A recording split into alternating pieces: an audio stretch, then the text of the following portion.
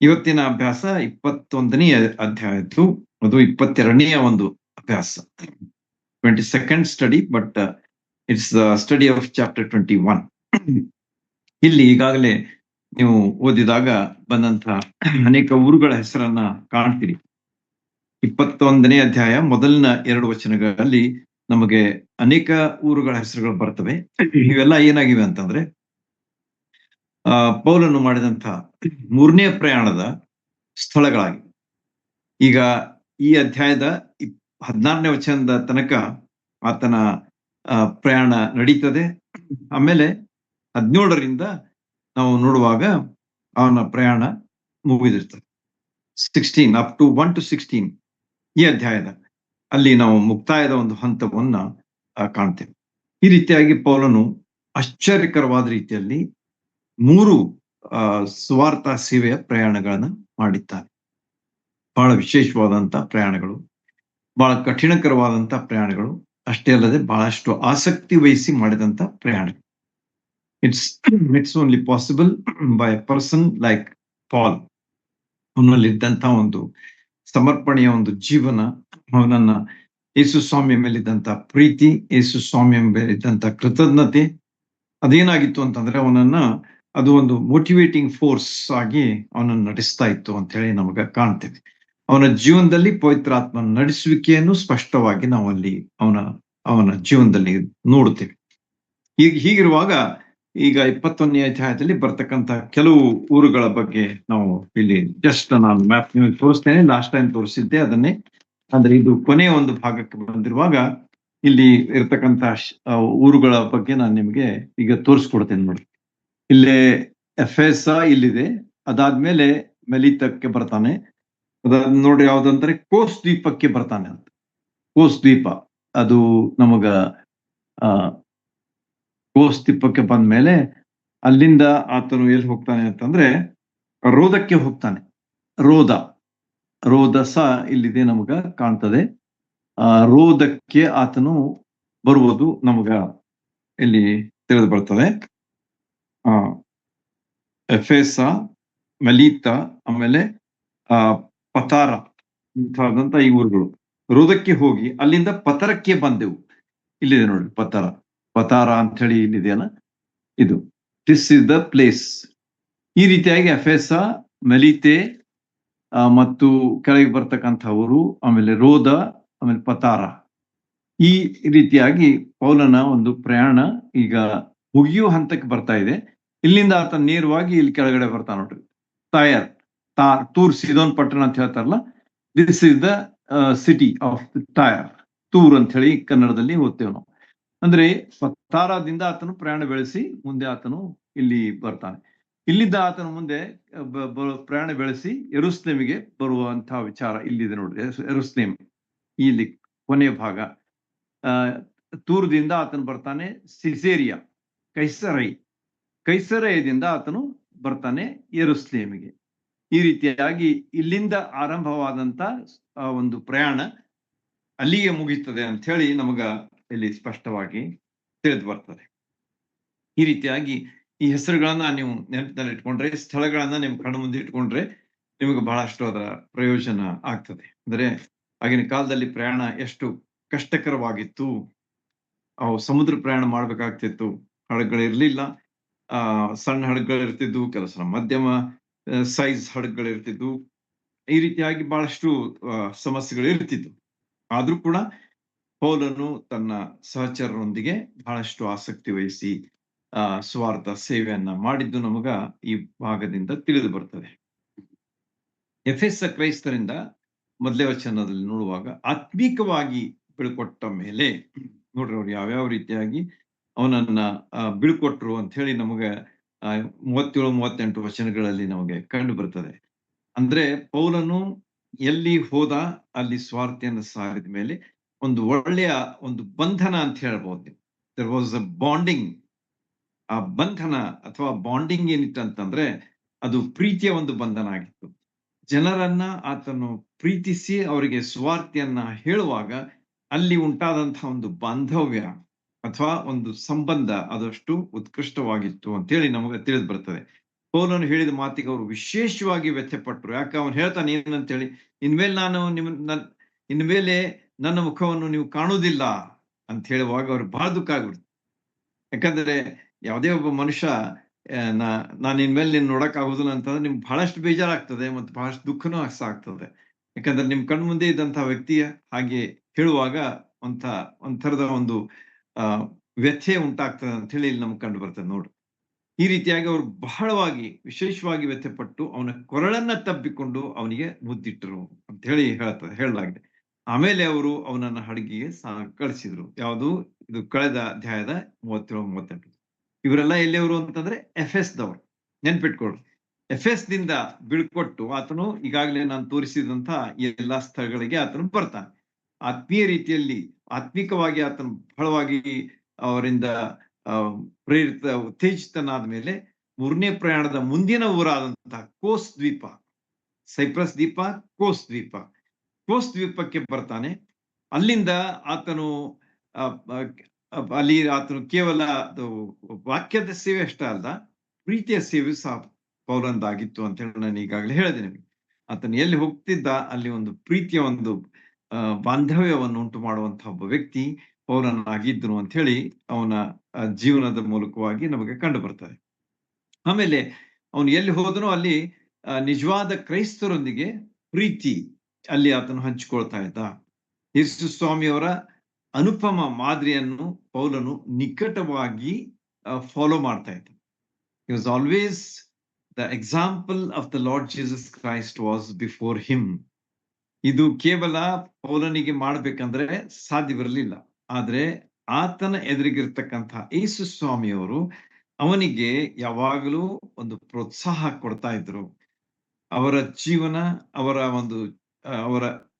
ಅವರ ವಿಷಯಗಳು ಅವನಿಗೆ ಯಾವಾಗಲೂ ಪ್ರೋತ್ಸಾಹವನ್ನ ಕೊಡ್ತಾ ಇದ್ದವು, ಮೋಟಿವೇಟ್ ಮಾಡ್ತಾ ಇದ್ವು, ಚಾಲನೆಯನ್ನ ಕೊಡ್ತಾ ಇದ್ವು ಎಂಬುದಾಗಿ ಅವನ ವಿಷಯವಾಗಿ ನಾವು ಕಾಣ್ತೇವೆ. ಆಮೇಲೆ ಏನಾಗ್ತಂತಂದ್ರೆ ಪೌಲನು ನಿಕಟವಾದಂಥ ಹಿಂಬಾಲಿಸುವಂಥವ್ರಿಗೂ ಸಹ ಅದು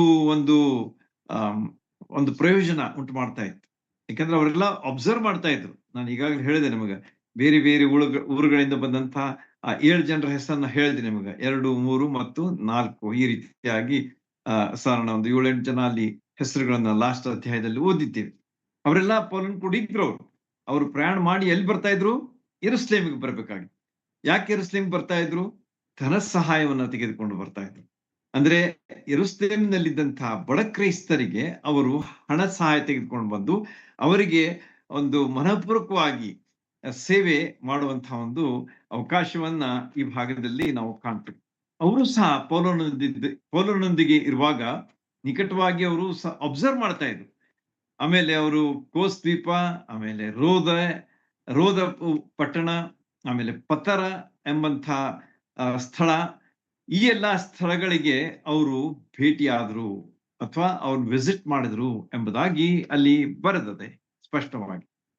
ಆಗ ಅಲ್ಲಿ ಏನಾಯ್ತಂತಂದ್ರೆ ಪತರದಲ್ಲಿ ಹಡಗ ನಿಂತಾಗ ಇವ್ರು ಏನ್ ಮಾಡಿದ್ರು? ಹುಯಿನಿಕೆಗೆ ಹೋಗುವಂತ ಹಡಗನ್ನ ಹತ್ತಿದ್ರು.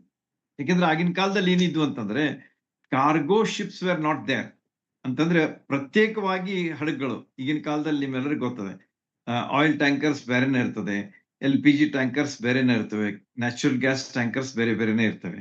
ಆಮೇಲೆ ವಸ್ತುಗಳನ್ನು ಸಾಗಿಸುವಂತ ಟ್ಯಾಂಕರ್ಸ್ಗಳು ಅಥವಾ ಇವು ನಮ್ಮ ವೆಸಲ್ಸ್ ಅಂತಂದ್ರೆ ಹಡಗುಗಳು, ಇವೆಲ್ಲ ಬೇರೆ ಬೇರೆ ಇರ್ತವೆ. ಆದ್ರೆ ಆಗಿನ ಕಾಲದಲ್ಲಿ ಹಾಗಿರ್ಲಿಲ್ಲ. The arrangement was not there because of the paucity of the ships. ಅಂದ್ರೆ ಹಡಗುಗಳು ಕಡಿಮೆ ಇದ್ದಿದ್ರಿಂದ ಈ ಎಲ್ಲಾ ವಿಷಯಗಳನ್ನ ಮಾಡ್ಲಿಕ್ಕೆ ಅವ್ರಿಗೆ ಆಗ್ತಿರ್ಲಿಲ್ಲ. ಅದ್ ಕಾರಣ ಅವ್ರು ಏನ್ ಮಾಡ್ತಿದ್ರು ಅಂತಂದ್ರೆ ಯಾವ ಬಂದರದಲ್ಲಿ ನಿಲ್ತಿದ್ರು ಅಲ್ಲಿಯೇ ಅವುಗಳನ್ನ ಇಳಿಸ್ತಿದ್ರು ಮತ್ತು ಅಲ್ಲಿ ಅವುಗಳನ್ನ ಹೇರ್ತಾ ಇದ್ರು. ಈ ರೀತಿಯಾಗಿ ಒಂದು ಬ್ರೇಕ್ ಇರ್ತಿತ್ತು. ಅಂದ್ರೆ ಅಲ್ಲಿ ಸ್ವಲ್ಪ 4 ದಿವಸ 8 ದಿವಸ ಹೀಗೆ ಬೇರೆ ಬೇರೆ ಸಮಯ ಅಲ್ಲಿ ಅವರಿಗೆ ಹತ್ತಾ ಇತ್ತು. ಈ ರೀತಿಯಾಗಿ ಬ್ರೇಕ್ ಮಾಡಿ ಅವರು ಅದನ್ನ ಆ ಕೆಲಸ ಅವರು ಮಾಡ್ತಾ ಇದ್ರು ಅಂತ ಹೇಳಿ ಅಲ್ಲಿ ನಮಗ ತಿಳಿದು ಬರ್ತದೆ.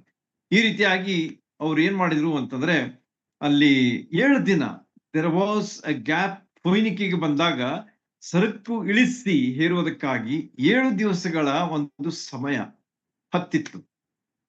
So maybe the captain of the ship ಅಥವಾ ಆ ಒಂದು ಹಡಗಿನ ಒಂದು ಅಧಿಕಾರಿ ಬಂದು ಅವ್ರಿಗೆ ಹೇಳಿರ್ಬೇಕು, ನೋಡ್ರಪ್ಪ ಇನ್ 7 ದಿವಸ ಈ ಹಡಗಿಲ್ ನಿಲ್ತದೆ, ಅದ ಕಾರಣ ನೀವ್ ಯಾರಿಗಾದ್ರೂ ಭೇಟಿ ಆಗುದಿದ್ರೆ ಭೇಟಿ ಆಗಿ ಬರ್ರಿ, ಅಥವಾ ಏನಾದ್ರು ಆ ದ್ವೀಪಕ್ಕೆ ಹೋಗಿ ನಿಮ್ಗೆ ಏನಾದ್ರು ಮ್ಯಾಟರ್ ಆಫ್ ಇಂಟ್ರೆಸ್ಟ್ ಅಥವಾ ಥಿಂಗ್ಸ್ ಆಫ್ ಇಂಟ್ರೆಸ್ಟ್ ನೋಡ್ಬೋದು, ಖರೀದಿ ಮಾಡ್ಬೋದು ಅಂತೇಳಿ ಹೇಳಿರ್ಬೋದು. ಆದ್ರೆ ಪೌಲನ ಒಂದು ಕೆಲಸ ಏನಿತ್ತಂತಂದ್ರೆ, ಅಲ್ಲಿದ್ದಂಥ ಜನರನ್ನ ಹುಡುಕಿ ಅವರೊಂದಿಗೆ ದೇವರ ವಾಕ್ಯದ ಅಭ್ಯಾಸ, ಪವಿತ್ರಾತ್ಮನ ಪ್ರೇರಣೆಯಿಂದ ಅಲ್ಲಿ ಅವರಿಗೆ ಅವರನ್ನ ನಡೆಸ್ತಾ ಇದ್ದ, ಆತ್ಮೀಯ ವಿಷಯಗಳಲ್ಲಿ ಅವರನ್ನ ನಡೆಸುವಂತಹ ವಿಚಾರವನ್ನ ನಾವು ಅಲ್ಲಿ ಕಾಣ್ತೇವೆ.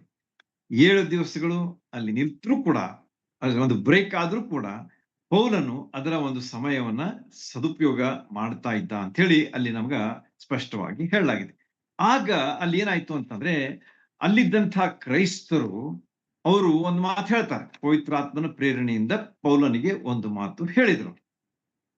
ಲಕ್ಷ ಕೊಟ್ಟು ಕೇಳ್ರಿ, ದೀಸ್ ಆರ್ ವೆರಿ ಇಂಪಾರ್ಟೆಂಟ್. ನನಗೆ ಮತ್ತೆ ರಿಪೀಟ್ ಮಾಡ್ಲಿಕ್ಕೆ ಆಗುದಿಲ್ಲ ಸಮಯದ ಅಭಾವದ ಕಾರಣ. ಅದ ಕಾರಣ ಒಂದೇ ಸಾರಿ ಹೇಳಿದಾಗ ನೀವು ಅದನ್ನ ನೆನ್ಪಿಟ್ಕೊಂಡ್ಬಿಡ್ರಿ. ನಿಮ್ ಕಣ್ ಮುಂದೆ ಈ ಚಿತ್ರಗಳನ್ನ ತೆಗೆದುಕೊಂಡು ಬರ್ರಿ, ಯಾವ ಸ್ಥಳದಲ್ಲಿ ಏನೇನ್ ಆಗ್ತಾ ಇದೆ. ಈಗ ಬ್ರೇಕ್ ಟೈಮ್ ಅದೇ. ಈಗ ಪೌಲ ಅಲ್ಲಿ ಹೋಗಿದ್ದಾನೆ ಫೋಯಿನಿಕೆಗೆ, ಅಲ್ಲಿ ಕೆಲವು ಜನರು ಅವನಿಗೆ ಭೇಟಿ ಆದ್ರು, ಅವ್ರು ಕೂಡ ಆತ್ಮೀಯ ವಿಷಯಗಳನ್ನ ಹಂಚಿಕೊಂಡ. ಈಗ ಅಲ್ಲಿದ್ದಂತಹ ಜನರಿಗೆ ಪವಿತ್ರಾತ್ಮನು ಒಂದು ವಿಷಯ ತಿಳಿಸ್ತಾರೆ. ಅದೇನಂತಂದ್ರೆ, ಅವ್ರು ಬಂದ್ ಹೇಳ್ತಾರೆ, ಪೌಲನಿಗೆ ಒಂದ್ ಮಾತು ಹೇಳಿದ್ರು. ಏನಂತಂದ್ರೆ, ಯೆರೂಸಲೇಮಿಗೆ ಹೋಗಬೇಡ ಅಂತ ಹೇಳ್ತಾರ. ಯಾಕಂದ್ರೆ ಅಲ್ಲಿ ಏನಿದೆ ಅಂತಂದ್ರೆ, ದೇವರ ಆತ್ಮನ ಪ್ರೇರಣೆಯಿಂದ 4ನೇ ವಚನ ನೋಡ್ರಿ, ಆತ್ಮನ ಪ್ರೇರಣೆ ಪೌಲನಿಗೆ ನೀನು ಯೆರೂಸಲೇಮಿಗೆ ಕಾಲಿಡಬೇಡ ಎಂದು ಹೇಳಿದ್ರು ಅಂತ ಹೇಳ. ಅಂದ್ರೆ ಪವಿತ್ರಾತ್ಮನು ಆ ರೀತಿಯಾಗಿ ಅವ್ರ ಮೂಲಕವಾಗಿ ಅಲ್ಲಿ ಹೇಳಿಸಿದ ಅಂತ ಹೇಳಿ ನಮಗೆ ಇಲ್ಲಿ ತಿಳಿದು ಬರ್ತದೆ. ಈ ರೀತಿಯಾಗಿ ಆತ್ಮನ ಪ್ರೇರಣೆಯಿಂದ ಪೌಲನಿಗೆ ನೀನು ಹೋಗ್ಬೇಡ ಅಂತ ಹೇಳಿದಾಗ, ಪೌಲ ಏನ್ ಮಾಡಿದ ಅಂತಂದ್ರೆ, ಆ ದಿವಸಗಳನ್ನ ತಿರಿಸಿಕೊಂಡು ನಾವು ಹೊರಡುವಾಗ ಅವರೆಲ್ಲರೂ ಹೆಂಡರು ಮಕ್ಕಳು ಸಹಿತವಾಗಿ ಬಂದು ನಮ್ಮನ್ನು ಊರ ಹೊರಕ್ಕೆ ಸಾಗ ಕಳಿಸಿದರು. ತಿರುಗಿ ನೋಡ್ರಿ, 7 days ಬ್ರೇಕ್ ಇದ್ರು ಕೂಡ ಅವರ ಆತ್ಮೀಯತೆ ಎಷ್ಟಿತ್ತು ಅಂತ ಹೇಳಿ ಇಲ್ಲಿ ಹೇಳಲಾಗಿದೆ ನೋಡ್ರಿ, 5ನೇ ವಚನದ ಮಧ್ಯಭಾಗದಲ್ಲಿ. ಹೆಂಡರು ಮಕ್ಕಳು ಸಹಿತವಾಗಿ ಬಂದ್ರು ಅಂತ. It's a very rare thing, isn't it? ಈ ದಿವಸಗಳಲ್ಲಿ ಅಂತ ವಿಷಯಗಳು ನಾವು ನೋಡದೇ ಇಲ್ಲ. ರಿಕ್ಷಾ ಹತ್ತಿ ಕಳಿಸ್ಬಿಡ್ತಾರೆ ಅಥವಾ ಏನೋ ವಾಹನಕ್ಕೆ ಹಾಕಿ ಕಳಿಸ್ಬಿಡ್ತಾರೆ ಅಷ್ಟೇ. ಆದ್ರೆ ಆಗಿನ ಕಾಲದಲ್ಲಿ ಅವರು ಹೆಂಡತಿ ಮಕ್ಕಳು ಸಹಿತವಾಗಿ ಬಂದು ಏನ್ ಮಾಡಿದ್ರು ಅಂತಂದ್ರೆ, ಅವರೆಲ್ಲರನ್ನು ಊರ ಹೊರಕ್ಕೆ ಸಾಗ ಕಳಿಸಿದ್ರು, ಅಲ್ಲಿ ತನಕ ಬಂದ್ರಂತ. ಅಂದ್ರೆ the bond that was created, ಅಂದ್ರೆ ಈ ಪ್ರೀತಿಯ ಒಂದು ಬಾಂಧವ್ಯ ಏನು ಪಾಲ್ ಕ್ರಿಯೇಟ್ ಮಾಡಿದ್ದ, ಅದು ಅವ್ರು ಜಕ್ಕೊಂಡು ಬರ್ತಾ ಇತ್ತು. That was dragging them to the point ಅಂತ ಹೇಳಿ ನಮಗೆ ಇಲ್ಲಿ ಕಾಣ್ತದೆ. ಆಮೇಲೆ ಅವ್ರು ಏನ್ ಮಾಡಿದ್ರು ಅಂತಂದ್ರೆ, ಸಮುದ್ರ ತೀರದಲ್ಲಿ ಮೊಣಕಾಲೂರಿ ಪ್ರಾರ್ಥನೆ ಮಾಡಿದ್ರು. ನೋಡ್ರಿ, ಎಷ್ಟು ಪ್ರಾರ್ಥನೆಯಲ್ಲಿಯೂ ಸಹ ಎಷ್ಟು ಆಸಕ್ತಿ ಅವರಲ್ಲಿ ಇತ್ತು ಅಂತ. So they kneel down and prayed. ಈ ದಿವಸದಲ್ಲಿ ಎಷ್ಟು ಜನ ನೀಲ್ ಡೌನ್ ಮಾಡಿ ಪ್ರೇಯರ್ ಮಾಡ್ತಾರೆ ನಮ್ಗೆ ಗೊತ್ತಿಲ್ಲ. ಆದ್ರೆ ಆಗಿನ ಕಾಲದಲ್ಲಿ ಅದು ಎಷ್ಟು ಪ್ರಚಲಿತವಾದಂತಹ ಒಂದು ವಿಷಯವಾಗಿತ್ತು ಅಂತ ಹೇಳಿ ನಮಗ ಇಲ್ಲಿ ಕಂಡು ಬರ್ತದೆ. ಅಥವಾ ಅವರೆಲ್ಲ ಏನ್ ಮಾಡಿದ್ರು ಅಂತಂದ್ರೆ, ಮೊಣಕಾಲೂರಿ ಪ್ರಾರ್ಥನೆ ಮಾಡಿ ಒಬ್ಬರಿಗೊಬ್ಬರು ವಂದನೆ ಮಾಡಿ ಹಡಗನ್ನ ಹತ್ತಿದೆವು. ನೋಡ್ರಿ, 7 days ಬ್ರೇಕ್ ಮುಗೀತು, ಇಷ್ಟೆಲ್ಲಾ ವಿಷಯಗಳಲ್ಲಿ ಆದವು. ಅವರು ಅವನಿಗೆ ವಾರ್ನಿಂಗ್ ಕೊಡ್ತಾರೆ, ಯೆರೂಸಲೇಮಿಗೆ ಹೋಗ್ಬೇಡ ಅಂತ ಹೇಳಿ ನಮ್ಮ ಪವಿತ್ರಾತ್ಮನ್ ತಿಳಿಸ್ತಾ ಇದ್ದಾನೆ ಅಂತ ಹೇಳಿ ಅವರು ಅವನಿಗೆ ಕಳಿಸ್ಕೊಟ್ರು. ಈ ರೀತಿಯಾಗಿ ಪೌಲನು ಆ ಸ್ಥಳವನ್ನ ಅಲ್ಲಿಂದ ಬಿಟ್ಟನು. ಅವರು ಹಿಂತಿರುಗಿ ತಮ್ಮ ತಮ್ಮ ಮನೆಗಳಿಗೆ ಹೋದರು. ಆಮೇಲೆ ಇವ್ರು ಏನ್ ಮಾಡಿದ್ರು, ತಮ್ಮ ಸಮುದ್ರ ಪ್ರಯಾಣವನ್ನ ಅಲ್ಲಿ ಬೆಳೆಸಿದ್ರು ಎಂಬುದಾಗಿ ಅಲ್ಲಿ ನಮಗ ತಿಳಿದು ಬರ್ತದೆ. ಈ ರೀತಿಯಾಗಿ 6 ವಚನಗಳ ತನಕ ಇಷ್ಟೆಲ್ಲಾ ಸಂಗತಿಗಳು ಆದವು. ಎಫೆಸ್ದಿಂದ ಅವರು ಯಾವ್ಯಾವ ಸ್ಥಳಗಳಿಗೆ ಬಂದು ಈಗ ಫೋಯಿನಿಕೆಯಲ್ಲಿ ಆದಂತಹ ವಿಷಯಗಳನ್ನ ನಾವು ನೋಡಿದೆವು. ಆಮೇಲೆ ಏನಾಗ್ತದೆ ಅಂತ ಹೇಳಿ ನಾವು ಈಗ ಮುಂದಿನ ವಚನಗಳಲ್ಲಿ ನಾವು ಕಾಣೋಣ. ಇಲ್ಲಿ ಒಂದು ನಮಗೆ ವಿಚಾರ ಬರ್ತದೆ, ಪವಿತ್ರಾತ್ಮನು ಅವರಿಗೆ ತಿಳಿಸಿದ ಅಂತೇಳಿ ಹೇಳುವಾಗ, ಪೌಲ ಯಾಕೆ ಹೋಗ್ತಾನೆ ಯೆರೂಸಲೇಮಿಗೆ? ಇದು ಒಂದ್ಸಲ ಆಯ್ತು, ಇನ್ನು ಮುಂದೆ ಬರ್ತದೆ ಅದು. ಅದಕ್ಕೆ ನಾನು ನಿಮಗೆ ಹೇಳ್ತೇನೆ ಏನಂತೇಳಿ. ಯಾಕೆ ಅವನು ಅವ್ರ ಮಾತು ಕೇಳಿ ನಿಲ್ಲಿಸ್ಬಿಡ್ಲಿಲ್ಲ, ಆತನು ತನ್ನ ಪ್ರಯಾಣವನ್ನ ಮುಂದರಿಸಿದ ಎಂಬುದನ್ನು ನಾವು ತಿಳ್ಕೊಳ್ಬೇಕಾದದ್ದು ಸ್ವಲ್ಪ ಅವಶ್ಯ. ಇಲ್ಲಿ ಏನಿತ್ತು ಅಂತಂದ್ರೆ, ಪೌಲನ ವಿಚಾರ ಬಹಳ ವಿಶೇಷವಾದಂಥದ್ದಾಗಿದೆ. ಅವನೇನು ವಿಚಾರ ಮಾಡಿದ್ದ ಅಂತಂದ್ರೆ, ನಾನು ಯೆರೂಸಲೇಮಿಗೆ ಹೋಗ್ತಾ ಇರುವುದು ಅಲ್ಲಿರ್ತಕ್ಕಂತಹ ಬಡ ಕ್ರೈಸ್ತರಿಗೆ ಧನ ಸಹಾಯ, ಅನ್ಯರಿಂದ ಅನ್ಯ ಸಭೆಗಳಿಂದ ಬಂದಂತ ಧನ ಸಹಾಯವನ್ನ ಯಹೂದ ಯಹೂದ್ಯರ ಒಂದು ಹಿನ್ನೆಲೆಯಿಂದ ಬಂದಂತ ಕ್ರೈಸ್ತರಿಗೆ ಮುಟ್ಟಿಸಬೇಕು. ಅವರು ಬಡವರಿದ್ರು ಅಡ್ಡಿಲ್ಲ, ಅವ್ರಿಗೆ ನಾನು ಹಣದ ಸಹಾಯ ಮುಟ್ಟಿಸಬೇಕು ಅಂತ ಹೇಳಿ ಅದು ಅವನ ಒಂದು ಯೋಚನೆ ಆಗಿತ್ತು. ಅದರ ಮೂಲಕವಾಗಿ ಏನ್ ಪರಿಣಾಮ ಆಗ್ತದೆ ಅಂತಂದ್ರೆ, ಅನ್ಯರಿಂದ ಬಂದಂತಹ ಅನ್ಯರಿಂದ ಕ್ರೈಸ್ತರಾದವರ ಮೂಲಕವಾಗಿ ಬಂದಂತಹ ಹಣವನ್ನ ಯಹೂದ್ಯ ಹಿನ್ನೆಲೆಯಿಂದ ಬಂದಂತಹ ಕ್ರೈಸ್ತರು ಸದುಪಯೋಗ ಮಾಡಿಕೊಳ್ಳುವಾಗ ಅವರಲ್ಲಿ ಒಂದು ಒಳ್ಳೆಯ ಭಾವನೆ ಉಂಟಾಗ್ತದೆ. ಅವ್ರು ನಮ್ ಸಲುವಾಗಿ ಮಾಡ್ತಾ ಇದ್ದಾರಲ್ಲ ಎನ್ನುವಂತಹ ಒಂದು ಒಳ್ಳೆಯ ವಿಚಾರಗಳು, ಒಳ್ಳೆಯ ಭಾವನೆಗಳು, ಒಂದು ಐಕ್ಯತೆ ಉಂಟಾಗಬೇಕು ಎನ್ನುವಂಥದ್ದು ಅವನ ಗುರಿ ಆಗಿತ್ತು ಅಂತ ಹೇಳಿ ನಮಗ ಕಂಡು ಬರ್ತದೆ. ಆದ ಕಾರಣ ಈ ಒಂದು ಗುರಿಯನ್ನು ಇಟ್ಕೊಂಡು ಅವನು ಎಲ್ಲ ಕೆಲಸಗಳನ್ನ ಮಾಡ್ತಾ ಇದ್ದ. ಆತನು ನೀವು ಹೋಗ್ಬೇಡ್ರಿ ಅಂತ ಹೇಳಿದ್ರು ಕೂಡ ಅವನು ಏನ್ ಮಾಡ್ತಾ ಇದ್ದ, ಹೋಗ್ತಾ ಇರುವುದಕ್ಕೆ ನಾನು ಈಗ 2 ಕಾರಣಗಳನ್ನ ನಿಮ್ಗೆ ಹೇಳಿದ್ದೇನೆ, ನೆನ್ಪಿಟ್ಕೊಡ್ರಿ. Just remember, very important. ಅವನಲ್ಲಿದ್ದಂಥ ಏನಂತಾರೆ ಅಂತ ಒಂದು ಅನ್ಯ ಕ್ರೈಸ್ತರಿಂದ ಉಂಟಾದಂಥ ಧನ ಸಹಾಯ ಯಹೂದ್ಯ ಹಿನ್ನೆಲೆಯಿಂದ ಬಂದ ಕ್ರೈಸ್ತರಿಗೆ, ಬಡ ಕ್ರೈಸ್ತರಿಗೆ ತಲುಪಿಸುವುದರ ಮೂಲಕವಾಗಿ ಅವರ ಮಧ್ಯದಲ್ಲಿರತಕ್ಕಂಥ ವ್ಯತ್ಯಾಸ, ಇವರು ಯಹೂದ್ಯರು ಇವರು ಅನ್ಯರು ಎನ್ನುವಂಥ ವ್ಯತ್ಯಾಸ ಆಗಿನ ಕಾಲದಲ್ಲಿ ಇತ್ತು, ಅದು ಹೋಗ್ಬೇಕು ಎನ್ನುವಂಥ ಒಂದು ಗುರಿ ಅವನದಾಗಿತ್ತು ಅಂತೇಳಿ ಇಷ್ಟು ನೆನ್ಪಿಟ್ಕೊಳ್ಳಿ. This is very important. ಆಮೇಲೆ ಏನಾಗ್ತದೆ ಅಂತ ಹೇಳಿ ನಾವು ಮುಂದೆ ಬರುವಾಗ ನೋಡೋಣ.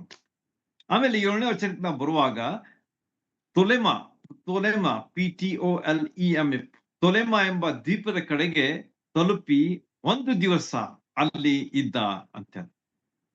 ಅಗೇನ್ ಇಟ್ಸ್ ಎ ವಾಯೇಜ್ ಅಂತ ಹೇಳಿ ನೋಡ್ತೀವಲ್ಲ ನಾವು. ಸಿ ಜರ್ನಿ ನಡೆದದ ಈಗ. ಪೌಲನು ಮತ್ತು ಅವನು ಕೂಡ ಬಹಳಷ್ಟು ಜನ ಇದ್ದಾರೆ. ಅವರೆಲ್ಲ ಸಹಾಯ ತೆಗೆದುಕೊಂಡು ಯೆರೂಸಲೇಮ್ ಕಡೆಗೆ ಅವ್ರ ಮುಖ ಮಾಡಿ ಹೊರಟಿದ್ದಾರೆ. ಅವಾಗ ನೆಕ್ಸ್ಟ್ ಪ್ಲೇಸ್ ಯಾವ್ದು ಬಂತಂದ್ರೆ ತೊಲೆಮಾ ಎಂಬ ದ್ವೀಪದ ಕಡೆಗೆ ಬಂದ್ರು. ಅಲ್ಲಿ ಬಂದ ಮೇಲೆ ಏನಾಯ್ತು ಅಂತಂದ್ರೆ 1 ದಿವಸ halt.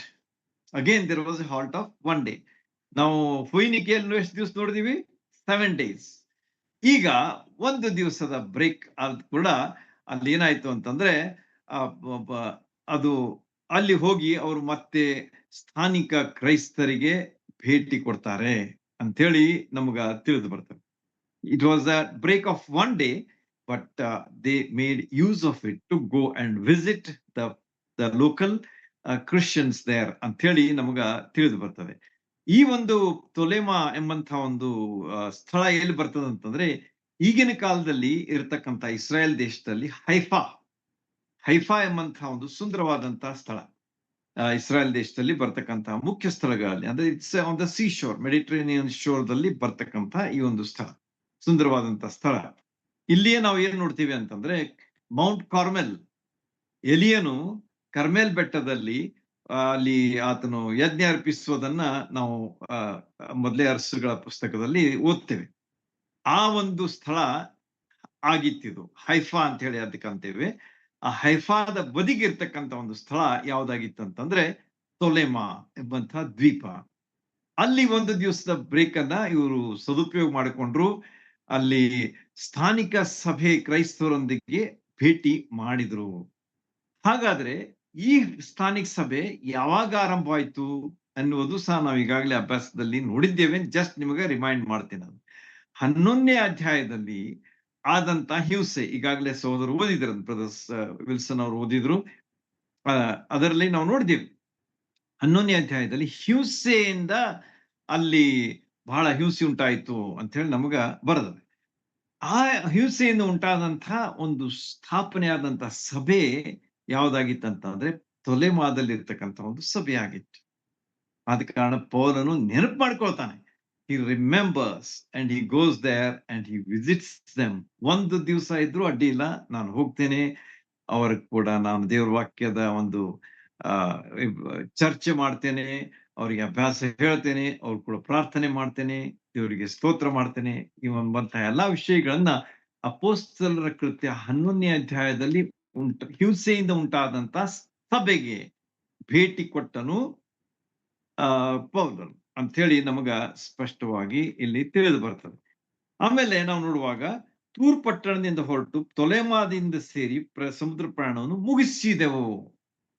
So the voyage was over ಅಂತ ಹೇಳಿ ಅಲ್ಲಿದ್ದಂತಹ ಸಹೋದರರನ್ನ ವಂದಿಸಿ ಅವರ ಬಳಿಯಲ್ಲಿ 1 ದಿವಸ ಇದ್ದು ಮರುದಿನ ಹೊರಟು ಕೈಸರಕ್ಕೆ ಬಂದು ಸ್ವಾರ್ಥಿಕನಾದಂತ ಫಿಲಿಪ್ಪನ ಮನೆಗೆ ಹೋಗಿ ಅವನ ಬಳಿಯಲ್ಲಿಯೇ ಇಳುಕೊಂಡೆವು ಎಂಬುದಾಗಿ ನಮಗ ಇಲ್ಲಿ ಹೇಳಲಾಗಿದೆ. ಅವ ಎಲ್ಲಿದ್ದ ಅಂತಂದ್ರೆ ಸಿಸೇರಿಯಾ ಅಂತ ಹೇಳ್ತೀವಲ್ಲ, ಕುಪ್ರ ದ್ವೀಪದ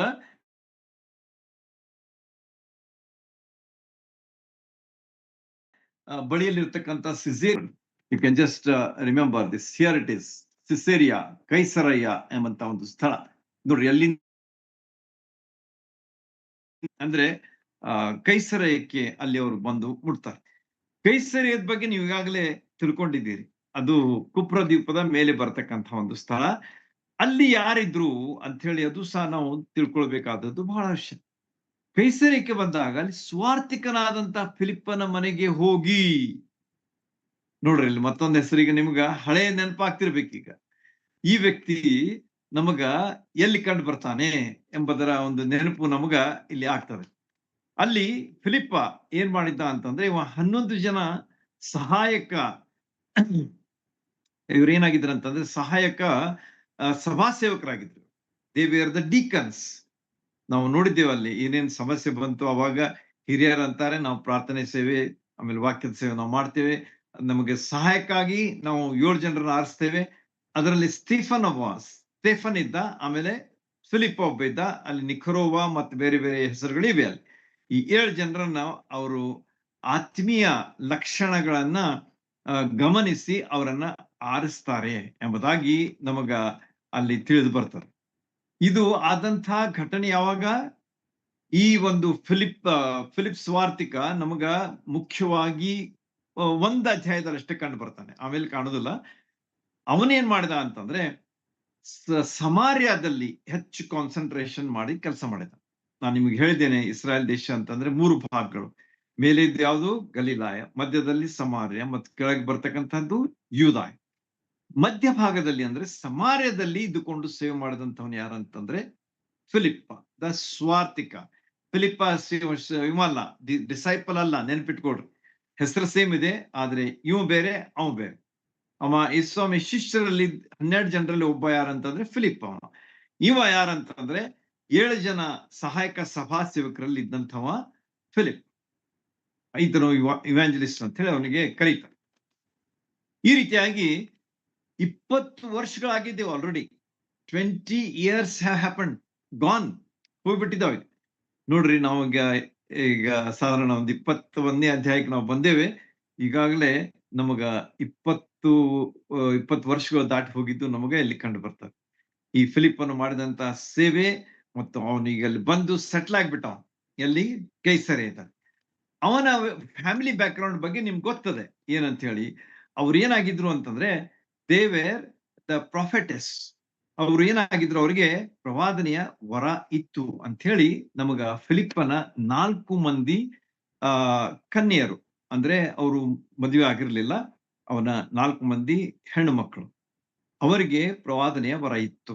ಆ ಪ್ರವಾದನೆಯ ವರವನ್ನ ಅವರು ಯಾವ ರೀತಿಯಾಗಿ ಉಪಯೋಗ ಮಾಡ್ತಿದ್ರು? ಮನೆಯಲ್ಲಿ ಇರ್ಬೋದು ಅಥವಾ ಬೇರೆ ಸಂದರ್ಭಗಳಲ್ಲಿರ್ಬೋದು, ಆದ್ರೆ ಸಭೆಯಲ್ಲಿ ಅಲ್ಲ. This is very important. ನಾವು ಯಾವಾಗಲೂ ಇದನ್ನ ನೆನ್ಪಿಟ್ಕೊಳ್ಬೇಕು. ಸಭೆಯಲ್ಲಿ ಯಾವ ರೀತಿಯಾಗಿ ಶಿಸ್ತು ದೇವರ ವಾಕ್ಯದಲ್ಲಿ ಹೇಳಿದೆ ಅದರ ಪ್ರಕಾರನೇ ಆಗಬೇಕಾದದ್ದು ಅವಶ್ಯ.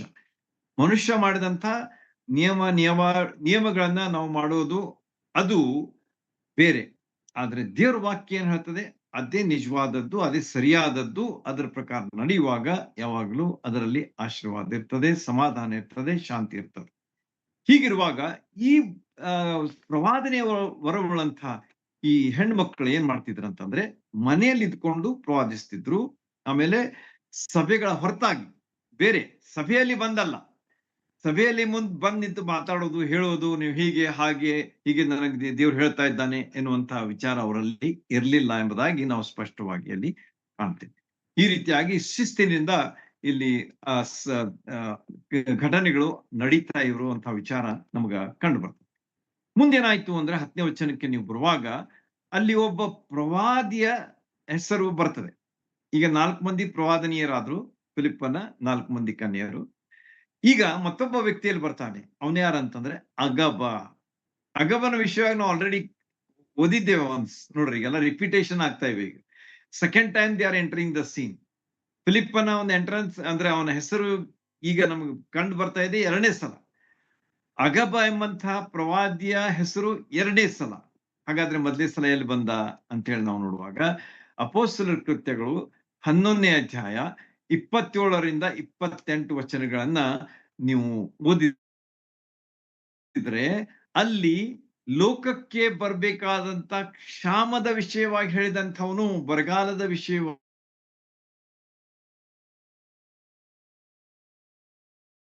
ಹೇಳಿದಂತಹ ಪ್ರವಾದಿಯಾಗಿ ಅವನ ಹೆಸರು. ಈಗ ಇವನು ಇಲ್ಲಿ ಬಂದು ಏನ್ ಮಾಡ್ತಾ ಇದ್ದಾನೆ ಅಂತ ಹೇಳಿ ನಿಮ್ಗ ಒಂದು ಪ್ರಶ್ನೆ ಇರಬಹುದು. ಇವ ಎಲ್ಲಿಂದ ಬಂದ ಅಂತಂದ್ರೆ ಯೆರೂಸಲೇಮಿನಿಂದ ಬಂದ. ಎಲ್ಲಿಗೆ ಬಂದಾನೆ? ಈಗ ಇದಕ್ ಬಂದಾನೆ ಇವನು, ಯಾವುದು ಇಲ್ಲಿ ಸ್ವಾರ್ಥಿಕನ ಕೈಸರಕ್ಕೆ ಬಂದಾನೆ. ಯೆರೂಸಲೇಮಿನಿಂದ ಕೈಸರಕ್ಕೆ ಬಂದ. ಇವೆಲ್ಲಿರ್ತಿದ್ದ? ಯೆರೂಸಲೇಮಿನ ಸಭೆಯಲ್ಲಿ ಇರ್ತಿದ್ದ. ಹಾಗಾದ್ರೆ ಇವನು ಕೈಸರಕ್ಕೆ ಯಾಕೆ ಬಂದ ಎನ್ನುವಂತ ಒಂದು ವಿಚಾರ ಇಲ್ಲಿ ಅದಕ್ಕೆ ಉತ್ತರ ಇದೆ. ನೋಡೋಣ ಅದೇನಂತ ಹೇಳಿ. ಅವನು ನೀವು 10ನೇ ವಚನಕ್ಕೆ ನೀವು ಬರುವಾಗ ಅಲ್ಲಿ ನಾವು ಅನೇಕ ದಿವಸ ಇದ್ದ ಮೇಲೆ ಅಗಬನೆಂಬ ಒಬ್ಬ ಪ್ರವಾದಿಯು ಯೂದಾಯದಿಂದ, ಯೂದಾಯ ಎಲ್ಲಿ ಬರ್ತದೆ? ಕೆಳಗೆ ಗಲಿಲಾಯ, ಸಮಾರ್ಯ, ಯೂದಾಯ. ಯೂದಾಯದಲ್ಲಿ ಏನ್ ಬರ್ತದೆ? ಯೆರೂಸಲೇಮ್. ಯೆರೂಸಲೇಮಿನಿಂದ ಬಂದಂತಹ ವ್ಯಕ್ತಿ ಇವನಾಗಿದ್ದ. ಪೌಲನ ನಡುಕಟ್ಟನ್ನು ತೆಗೆದು ಅವನೇನ್ ಮಾಡಿದ ಅಂತಂದ್ರೆ ಪೌಲನ ಬಳಿಗೆ ಬರ್ತಾನೆ. ಬಂದು ಅವನು ಮಾಡಿದಂತ ಒಂದು ಆಕ್ಷನ್, ಅದು ನಿಮ್ಗೆ ನೆನ್ಪಿಟ್ಕೋರಿ, ನಿಮ್ ಕಣ್ಣು ಮುಂದೆ ತಗೊಂಡ್ ಬರ್ರಿ, ಅಂದ್ರೆ ಹೇಗಿರ್ತದ ಅಂತ ಹೇಳಿ. ಸ್ವಲ್ಪ ಡಿಫ್ರೆಂಟ್ ಆಕ್ಷನ್ ಐತದು. ಅವ್ನ್ ಬಂದ್ ಏನ್ ಮಾಡ್ಬಿಟ್ಟ ಅಂದ್ರೆ ಪೌಲನ್ ನಡ್ಕಟ್ಟನ್ನು ಬಿಚ್ಚಿಬಿಟ್ಟ. ಅವನು ಬಿಚ್ಚಿ ಏನ್ ಮಾಡ್ದ ಅಂತಂದ್ರೆ ನೋಡ್ರಿ, ಇಲ್ಲಿ ಆ ನಡ್ಕಟ್ಟನ್ನ ತನ್ನ ಕೈ ಕಾಲುಗಳಿಗೆ ಕಟ್ಟಿಕೊಂಡ. Is giving a demo. ಈಗ ನೀವು ನೋಡ್ತಿರೋದನ್ನೇನು ಡೆಮೋ ಅಂತಂದ್ರೆ ಪ್ರದರ್ಶನ ಹೆಂಗ್ ಮಾಡ್ತಾರೆ ಅಂತ ಹೇಳಿ ನಿಮ್ಗೆ ಗೊತ್ತಿರ್ತದೆ. ಅಲ್ಲಿ ಡೆಮೋ ಮಾಡ್ತಾ ಇದ್ದಾನೆ ಯಾರು? ಅಗಬ. ಅವನೇನ್ ಮಾಡ್ದ ಅಂತಂದ್ರೆ ಪೌಲನ ನಡುಕಟ್ಟನ್ನು, ಅಂದ್ರೆ ಬೆಲ್ಟ್ ಅಂತ ಹೇಳ್ರಲ್ಲ, ಬೆಲ್ಟ್, ನಡುಕಟ್ಟು ಅಂತಂದ್ರೆ ಬೆಲ್ಟ್. ಆ ಬಟ್ಟೆಗಳನ್ನ ಅವರು ನಾವೀಗ ಹಂಗೆ ಪ್ಯಾಂಟಿಗೆ ಬೆಲ್ಟ್ ಹಾಕಿರ್ತೇವೆ, ಆ ರೀತಿಯಾಗಿ ಅವರು ನಡುಕಟ್ಟನ್ನ ಆಗ ಕಟ್ತಾ ಇದ್ರು. ಈ ಒಂದು ಬೆಲ್ಟ್ ಅನ್ನ ಅವನು ತೆಗೆದುಕೊಂಡು ಏನ್ ಮಾಡ್ದ, ತನ್ನ ಕಾಲುಗಳಿಗೆ ಕಟ್ಟಿಕೊಂಡ. ನೋಡ್ರಿ ಏನ್ ಹೇಳ್ತಾ ನೋಡ್ರಿ, ಈ ರೀತಿಯಾಗಿ ನಡುಕಟ್ಟನ್ನ ಕಟ್ಟಿಕೊಂಡು ಕೈ ಕಾಲುಗಳಿಗೆ, ಕೈಗೂ ಕಟ್ಕೊಂಡ, ಕಾಲಿಗೂ ಕಟ್ಕೊಂಡ. ನೋಡ್ರಿ ಅಂತ ಒಂದು ಡೆಮೋ ನಡೆದದೆ ಇಲ್ಲಿ ಅಂತ ಹೇಳಿ ನಿಮ್ ಕಣ್ಣು ಮುಂದೆ ತಗೊಂಬರ್ರಿ. ಕೈನೂ ಕಟ್ಕೊಂಡ, ಕಾಲು ಕಟ್ಕೊಂಡ, ಎರಡು ಅಂತ ಹೇಳಿ ಅಲ್ಲಿ ಹೇಳ್ತಾನೆ. ಕಟ್ಕೊಂಡು ಈಗ ಅವನು ಏನ್ ಹೇಳ್ತಾ ಇದ್ದಾನೆ ಅಂತಂದ್ರೆ he is giving the message. ಈ ಒಂದು ಡೆಮೋದಿಂದ ಅವನು ಒಂದು ಸಂದೇಶ ಕೊಡ್ತಾ ಇದ್ದಾನೆ. ಈ ರೀತಿಯಾಗಿ ನಾನು ಯಾಕೆ ಮಾಡ್ತಾ ಇದ್ದೇನೆ ತಿಳ್ಕೊಡ್ರಿ ಅಂತೇಳಿ ಅವ್ನು ಹೇಳ್ತಾ ಇದ್ದಾನೆ. ನೋಡ್ರಿ, ಈ ನಡುಕಟ್ಟು ಯಾವನ್ನದು? ಈ ನಡುಕಟ್ಟು ಯಾರ್ದು? ಪೌಲನ್. ಗೊತ್ತಾಯ್ತಲ್ಲ? ಪೌಲನ ವಿಷಯವಾಗಿ ಅವನು ಹೇಳ್ತಾ ಇದ್ದಾನೆ. ಇಷ್ಟೆಲ್ಲ ಡೆಮೋ ಮಾಡಿ ತೋರಿಸ್ತಾ ಇದ್ದ, ಪ್ರದರ್ಶನ ಮಾಡಿ ಅದನ್ನು ತೋರಿಸ್ತಾ ಇದ್ದ. ಅದೇನಂತಂದ್ರೆ ಈ ನಡುಕಟ್ಟು ಯಾವನದು? ಆ ಮನುಷ್ಯನನ್ನು ಯಹೂದ್ಯರು ಇದೇ ರೀತಿಯಾಗಿ ಯೆರೂಸಲೇಮಿನಲ್ಲಿ ಕಟ್ಟಿ, ಯಾರು ಕಟ್ತಾರೆ? ಯಹೂದ್ಯರು ಕಟ್ತಾರೆ. ಎಲ್ಲಿ ಕಟ್ತಾರೆ? ಯೆರೂಸಲೇಮಿನಲ್ಲಿ ಕಟ್ತಾರೆ. ನೋಡ್ರಿ, ಆ 4 ಜನ ನಿಮ್ ಮೊದ್ಲಿಗೆ ನಾವು ನೋಡಿದಿವಲ್ಲ, ಅವರು ಹೇಳಿದ್ರಿ ಏನಂತ ಹೇಳಿ, ಯೆರೂಸಲೇಮಿಗೆ ಹೋಗ್ಬಾರ್ದಪ್ಪ ನೀನು ಅಂತೇಳಿ. ಆದ್ರೆ ಪೌಲ ಹೇಳ್ತಾನೆ, ಇಲ್ಲ, ನಾನು ಹೋಗೋನೆ. 2 ವಿಚಾರಗಳನ್ನ ಅವನ ಬಗ್ಗೆ ನಾವು ನೋಡಿದ್ದೀವಿ. ಈಗ ಅಗಬನು ಸಹ ಹೇಳ್ತಾ ಇದ್ದಾನೆ ಏನಂತೇಳಿ, ಈ ನಡುಕಟ್ಟು ಯಾವನದು? ಆ ಮನುಷ್ಯನನ್ನು ಯಹೂದ್ಯರು ಇದೇ ರೀತಿಯಾಗಿ ಯೆರೂಸಲೇಮಿನಲ್ಲಿ ಕಟ್ಟಿ ಅನ್ಯ ಜನರ ಕೈಗೆ ಒಪ್ಪಿಸಿ ಕೊಡುವರು. ಏನ್ ಮಾಡ್ತಾರ? ಅವನನ್ನ ಕೈ ಕಾಲ ಕಟ್ತಾರೆ, ಆಮೇಲೆ ಅನ್ಯ ಜನರ ಕೈಗೆ ಅವನನ್ನು ಒಪ್ಪಿಸ್ಕೊಟ್ಬಿಡ್ತಾರೆ. ಯಾರು ಒಪ್ಪಿಸ್ಕೊಡ್ತಾರೆ? ಯಹೂದ್ಯರು. ಇಷ್ಟು ನೆನ್ಪಿಟ್ಕೊಡ್ರಿ. I am talking very clearly and slowly. ಸ್ವಲ್ಪ ಇವತ್ತು ನಾನು ಸ್ಲೋ ಹೇಳ್ತಾ ಇದ್ದೀನಿ, ಯಾಕಂದ್ರೆ ನೀವು ಅರ್ಥ ಮಾಡ್ಕೊಳ್ರಿ ಅದು. ಯಹೂದ್ಯರು ಪೌಲನನ್ನ ಹಿಡಿದು ಕೈಕಾಲು ಕಟ್ಟಿ ಎಲ್ಲಿ ಒಪ್ಪಿಸ್ಕೊಡ್ತಾರೆ? ಅನ್ಯ ಜನರಿಗೆ ಒಪ್ಪಿಸ್ಕೊಡ್ತಾರೆ.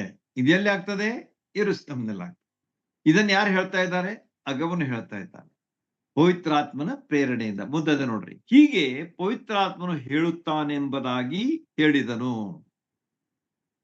ಯಾರು ಹೇಳ್ತಾ ಇದ್ದಾರೆ? ಅಗಬ್ಬನು ಪವಿತ್ರಾತ್ಮನು ನನಗೆ ಈ ರೀತಿಯಾಗಿ ತಿಳಿಸ್ಕೊಟ್ಟಿದ್ದಾನೆ, ಅದನ್ನ ನಾನು ನಿಮಗೆ ಡೆಮೋ ಮಾಡಿ ತೋರಿಸಿದ್ದೇನೆ ಮತ್ತು ಈಗ ಅದನ್ನ ಸ್ಪಷ್ಟವಾಗಿ ಹೇಳ್ತಾ ಇದ್ದೇನೆ ಅಂತ ಹೇಳಿ ಅವನು ಇಲ್ಲಿ ಪೌಲನಿಗೆ ಮತ್ತು ಅವನ ಸಹಚರರಿಗೆ, ಅವನ ಗುಂಪಿನವರಿಗೆ ಹೇಳ್ತಾರೆ. ಅದರ ಅರ್ಥ ಏನಂತಂದ್ರೆ, ನೀನ್ ಯೆರೂಸಲೇಮಿಗೆ ಹೋಗ್ಬೇಡ, ಹೋದ್ರೆ ಏನಾಗ್ತದೆ, ನಿನ್ ಪರಿಸ್ಥಿತಿ ಹಿಂಗಾಗ್ತದೆ. ಆಮೇಲೆ ನಿನ್ಗೇನಾಗ್ತದೆ ನಮ್ಗೆ ಮುಂದೆ ಏನಾಗ್ಬೋದು, ಅನ್ಯ ಜನರಿಗೆ ಕೊಟ್ಮೇಲೆ ಅವ್ರು ನಿನ್ ಕೊಂದು ಹಾಕ್ಬೋದು. ಆದ ಕಾರಣ ನೀನು ಹೋಗದೇ ಇರುವುದು ಒಳ್ಳೇದೆಂಬುದ ಅಂತ ಒಂದು ವಾರ್ನಿಂಗ್ ಅನ್ನ ಇಲ್ಲಿ ಅವನು ಹೇಳುವುದನ್ನು ನಾವು ಇಲ್ಲಿ ಕಾಣ್ತೇವೆ. ಈ ಮಾತನ್ನು ಕೇಳಿದಾಗ ನಾವು ಆ ಸ್ಥಳದವರು, ನೋಡ್ರಿ, ಉಳಿದವರು ಯಾರು ಪೌಲ್ ಕೂಡಿದ್ರಲ್ಲ, ಇವರೆಲ್ಲ ಏನ್ ಹೇಳ್ತಾ ಇದ್ದಾರೆ ಅಂತಂದ್ರೆ, ಈ ಮಾತನ್ನು ಕೇಳಿದಾಗ ನಾವು ಮತ್ತು ಆ ಸ್ಥಳದವರು ಸಹ, ಅಂದ್ರೆ ಕೈಸರೆಯದವರು ಸಹ ಏನ್ ಹೇಳ್ತಾ ಇದ್ದಾರೆ ಅಂತಂದ್ರೆ, ನೀನ್ ಯೆರೂಸಲೇಮಿಗೆ ಹೋಗ್ಬಾರ್ದು, ಪೌಲನನ್ನು ಬೇಡಿಕೊಂಡರು. They are requesting him, they are praying. ಹೋಗ್ಬೇಡಪ್ಪ, ದಯಮಾಡಿ ಹೋಗ್ಬೇಡ, ಹೋದ್ರೆ ನಿನ್ನ ಪರಿಸ್ಥಿತಿ ಹಿಂಗಾಗ್ತದೆ, ನಿನ್ನ ಜೀವ ನಮಗ್ ಬೇಕು, ಅದ ಕಾರಣ ನೀನ್ ಹೋಗ್ಬೇಡ ಅಂತೇಳಿ ಬಹಳಷ್ಟು ಅವರು ಪರಿತಪಿಸಿರಬಹುದು ಅಂತ ಹೇಳಿ ನನಗನ್ನಿಸ್ತದೆ.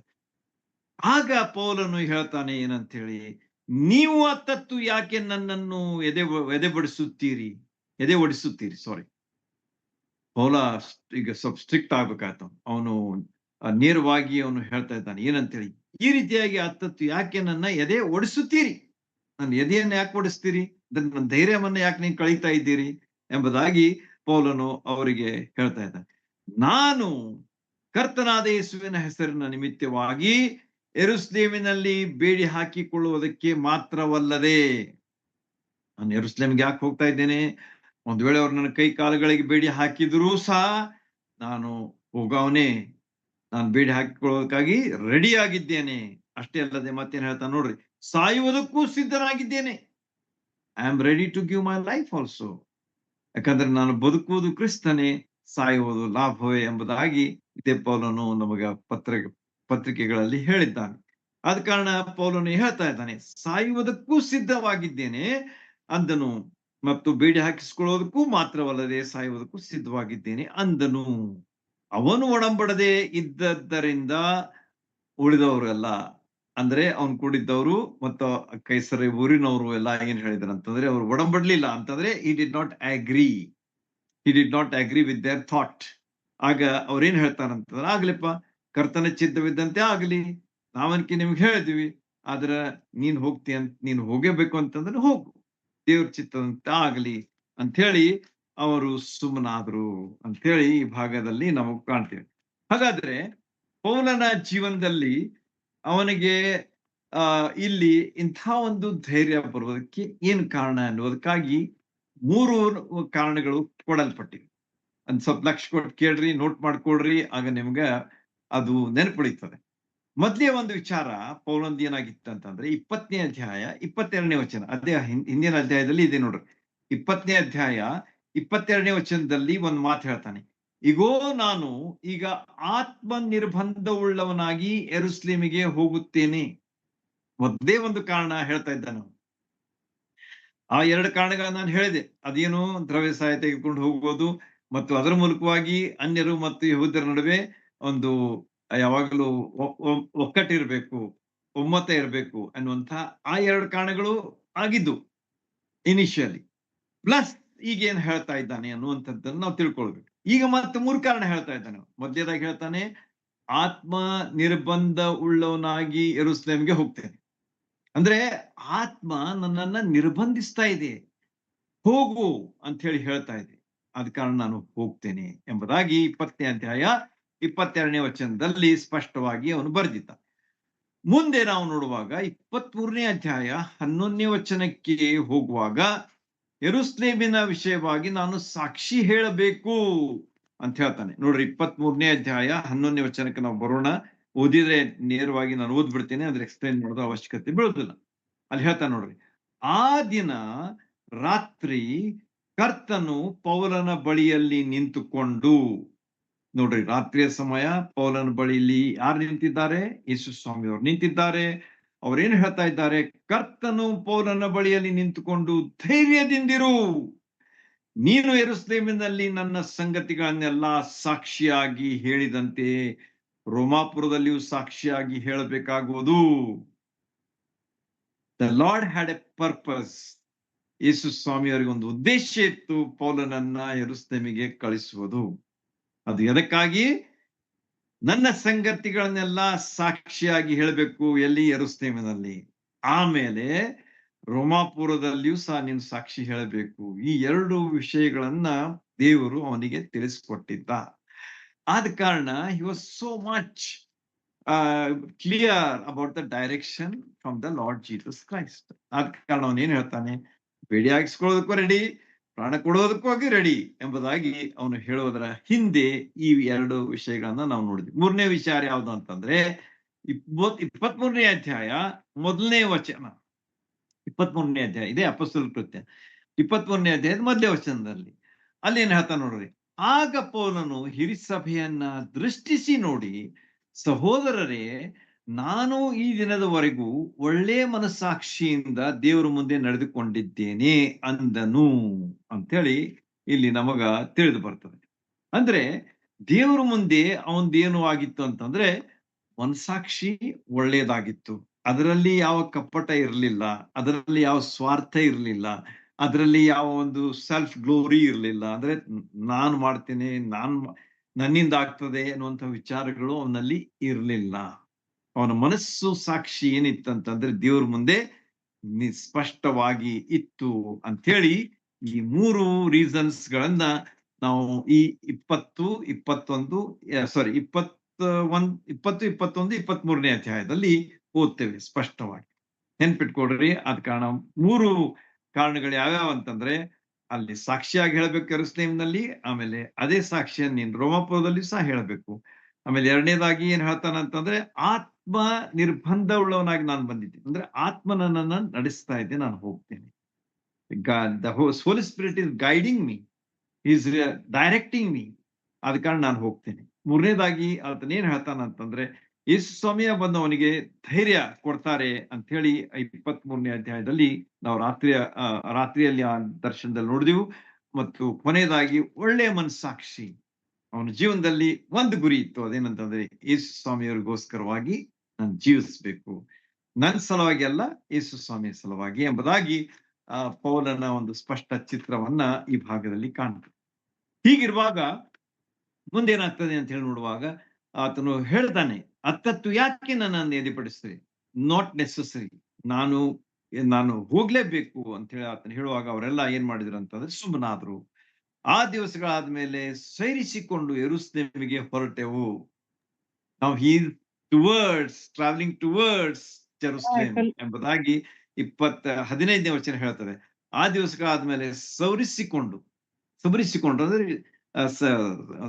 ಸುಧಾರಿಸಿಕೊಂಡು ನಾವೇನ್ ಮಾಡಿದ್ವಿ ಅಂತಂದ್ರೆ ಯೆರೂಸಲೇಮಿಗೆ ಹೊರಟೆವು. ಕೈಸರಯದಿಂದ ಕೆಲವು ಶಿಷ್ಯರು ನಮ್ಮ ಜೊತೆಯಲ್ಲೇ ಬಂದು ನಾವು ಇಳ್ಕೊಳ್ಳಬೇಕಾಗಿದ್ದವನ ಮನೆಯ ತನಕ ಕರೆದುಕೊಂಡು ಹೋದ್ರು. ನೋಡ್ರಿ, ಕೈಸರದಿಂದ ಕೆಲವರು ಬಂದ್ರು ಅಂದ್ರೆ ಅವನ ಹೇಳಿದ್ನಲ್ಲಿ ನಿಮ್ಗೆ ಅವನ ಪ್ರೀತಿಯ ಒಂದು ಬಾಂಧವ್ಯ ಎಷ್ಟಿತ್ತಂತಂದ್ರೆ ಜನ ಅವನನ್ನು ಬಿಡ್ತಿರ್ಲಿಲ್ಲ. They used to follow him, they used to accompany him, they used to enjoy the wonderful fellowship of Paul. ಅದ್ಭುತವಾದಂತಹ ಒಂದು ಅನ್ಯೋನ್ಯತೆಯನ್ನ ಅವರು ಪಡ್ಕೊಳ್ತಾ ಇದ್ರು ಅಂತ ಹೇಳಿ ಇಲ್ಲಿ ನಮ್ಗೆ ಕಂಡು ಬರ್ತದೆ. ಕೈಸರದಿಂದಲೂ ಕೆಲವರು ಬಂದ್ರು. ಎಲ್ಲಿ ತನಕ ಬಂದ್ರು? ಒಬ್ಬ ಮನುಷ್ಯ ಕುಪ್ರದೇಶದವನಾದಂತಹ ಮಾಸೋನ ಕೈಸರದಿಂದ ಕೆಲವು ಶಿಷ್ಯರು ನಮ್ಮ ಜೊತೆಯಲ್ಲಿ ಬಂದು ನಾವು ಇಳ್ಕೊಳ್ಬೇಕಾಗಿದ್ದವನ ಮನೆಗೆ ಕರ್ಕೊಂಡು ಹೋದರು. ಆ ಮನೆಯವನು ಆದಿ ಶಿಷ್ಯರಲ್ಲಿ ಒಬ್ಬನಾದಂತ ಕುಪ್ರದೇಶದ ನಾಸೋನ್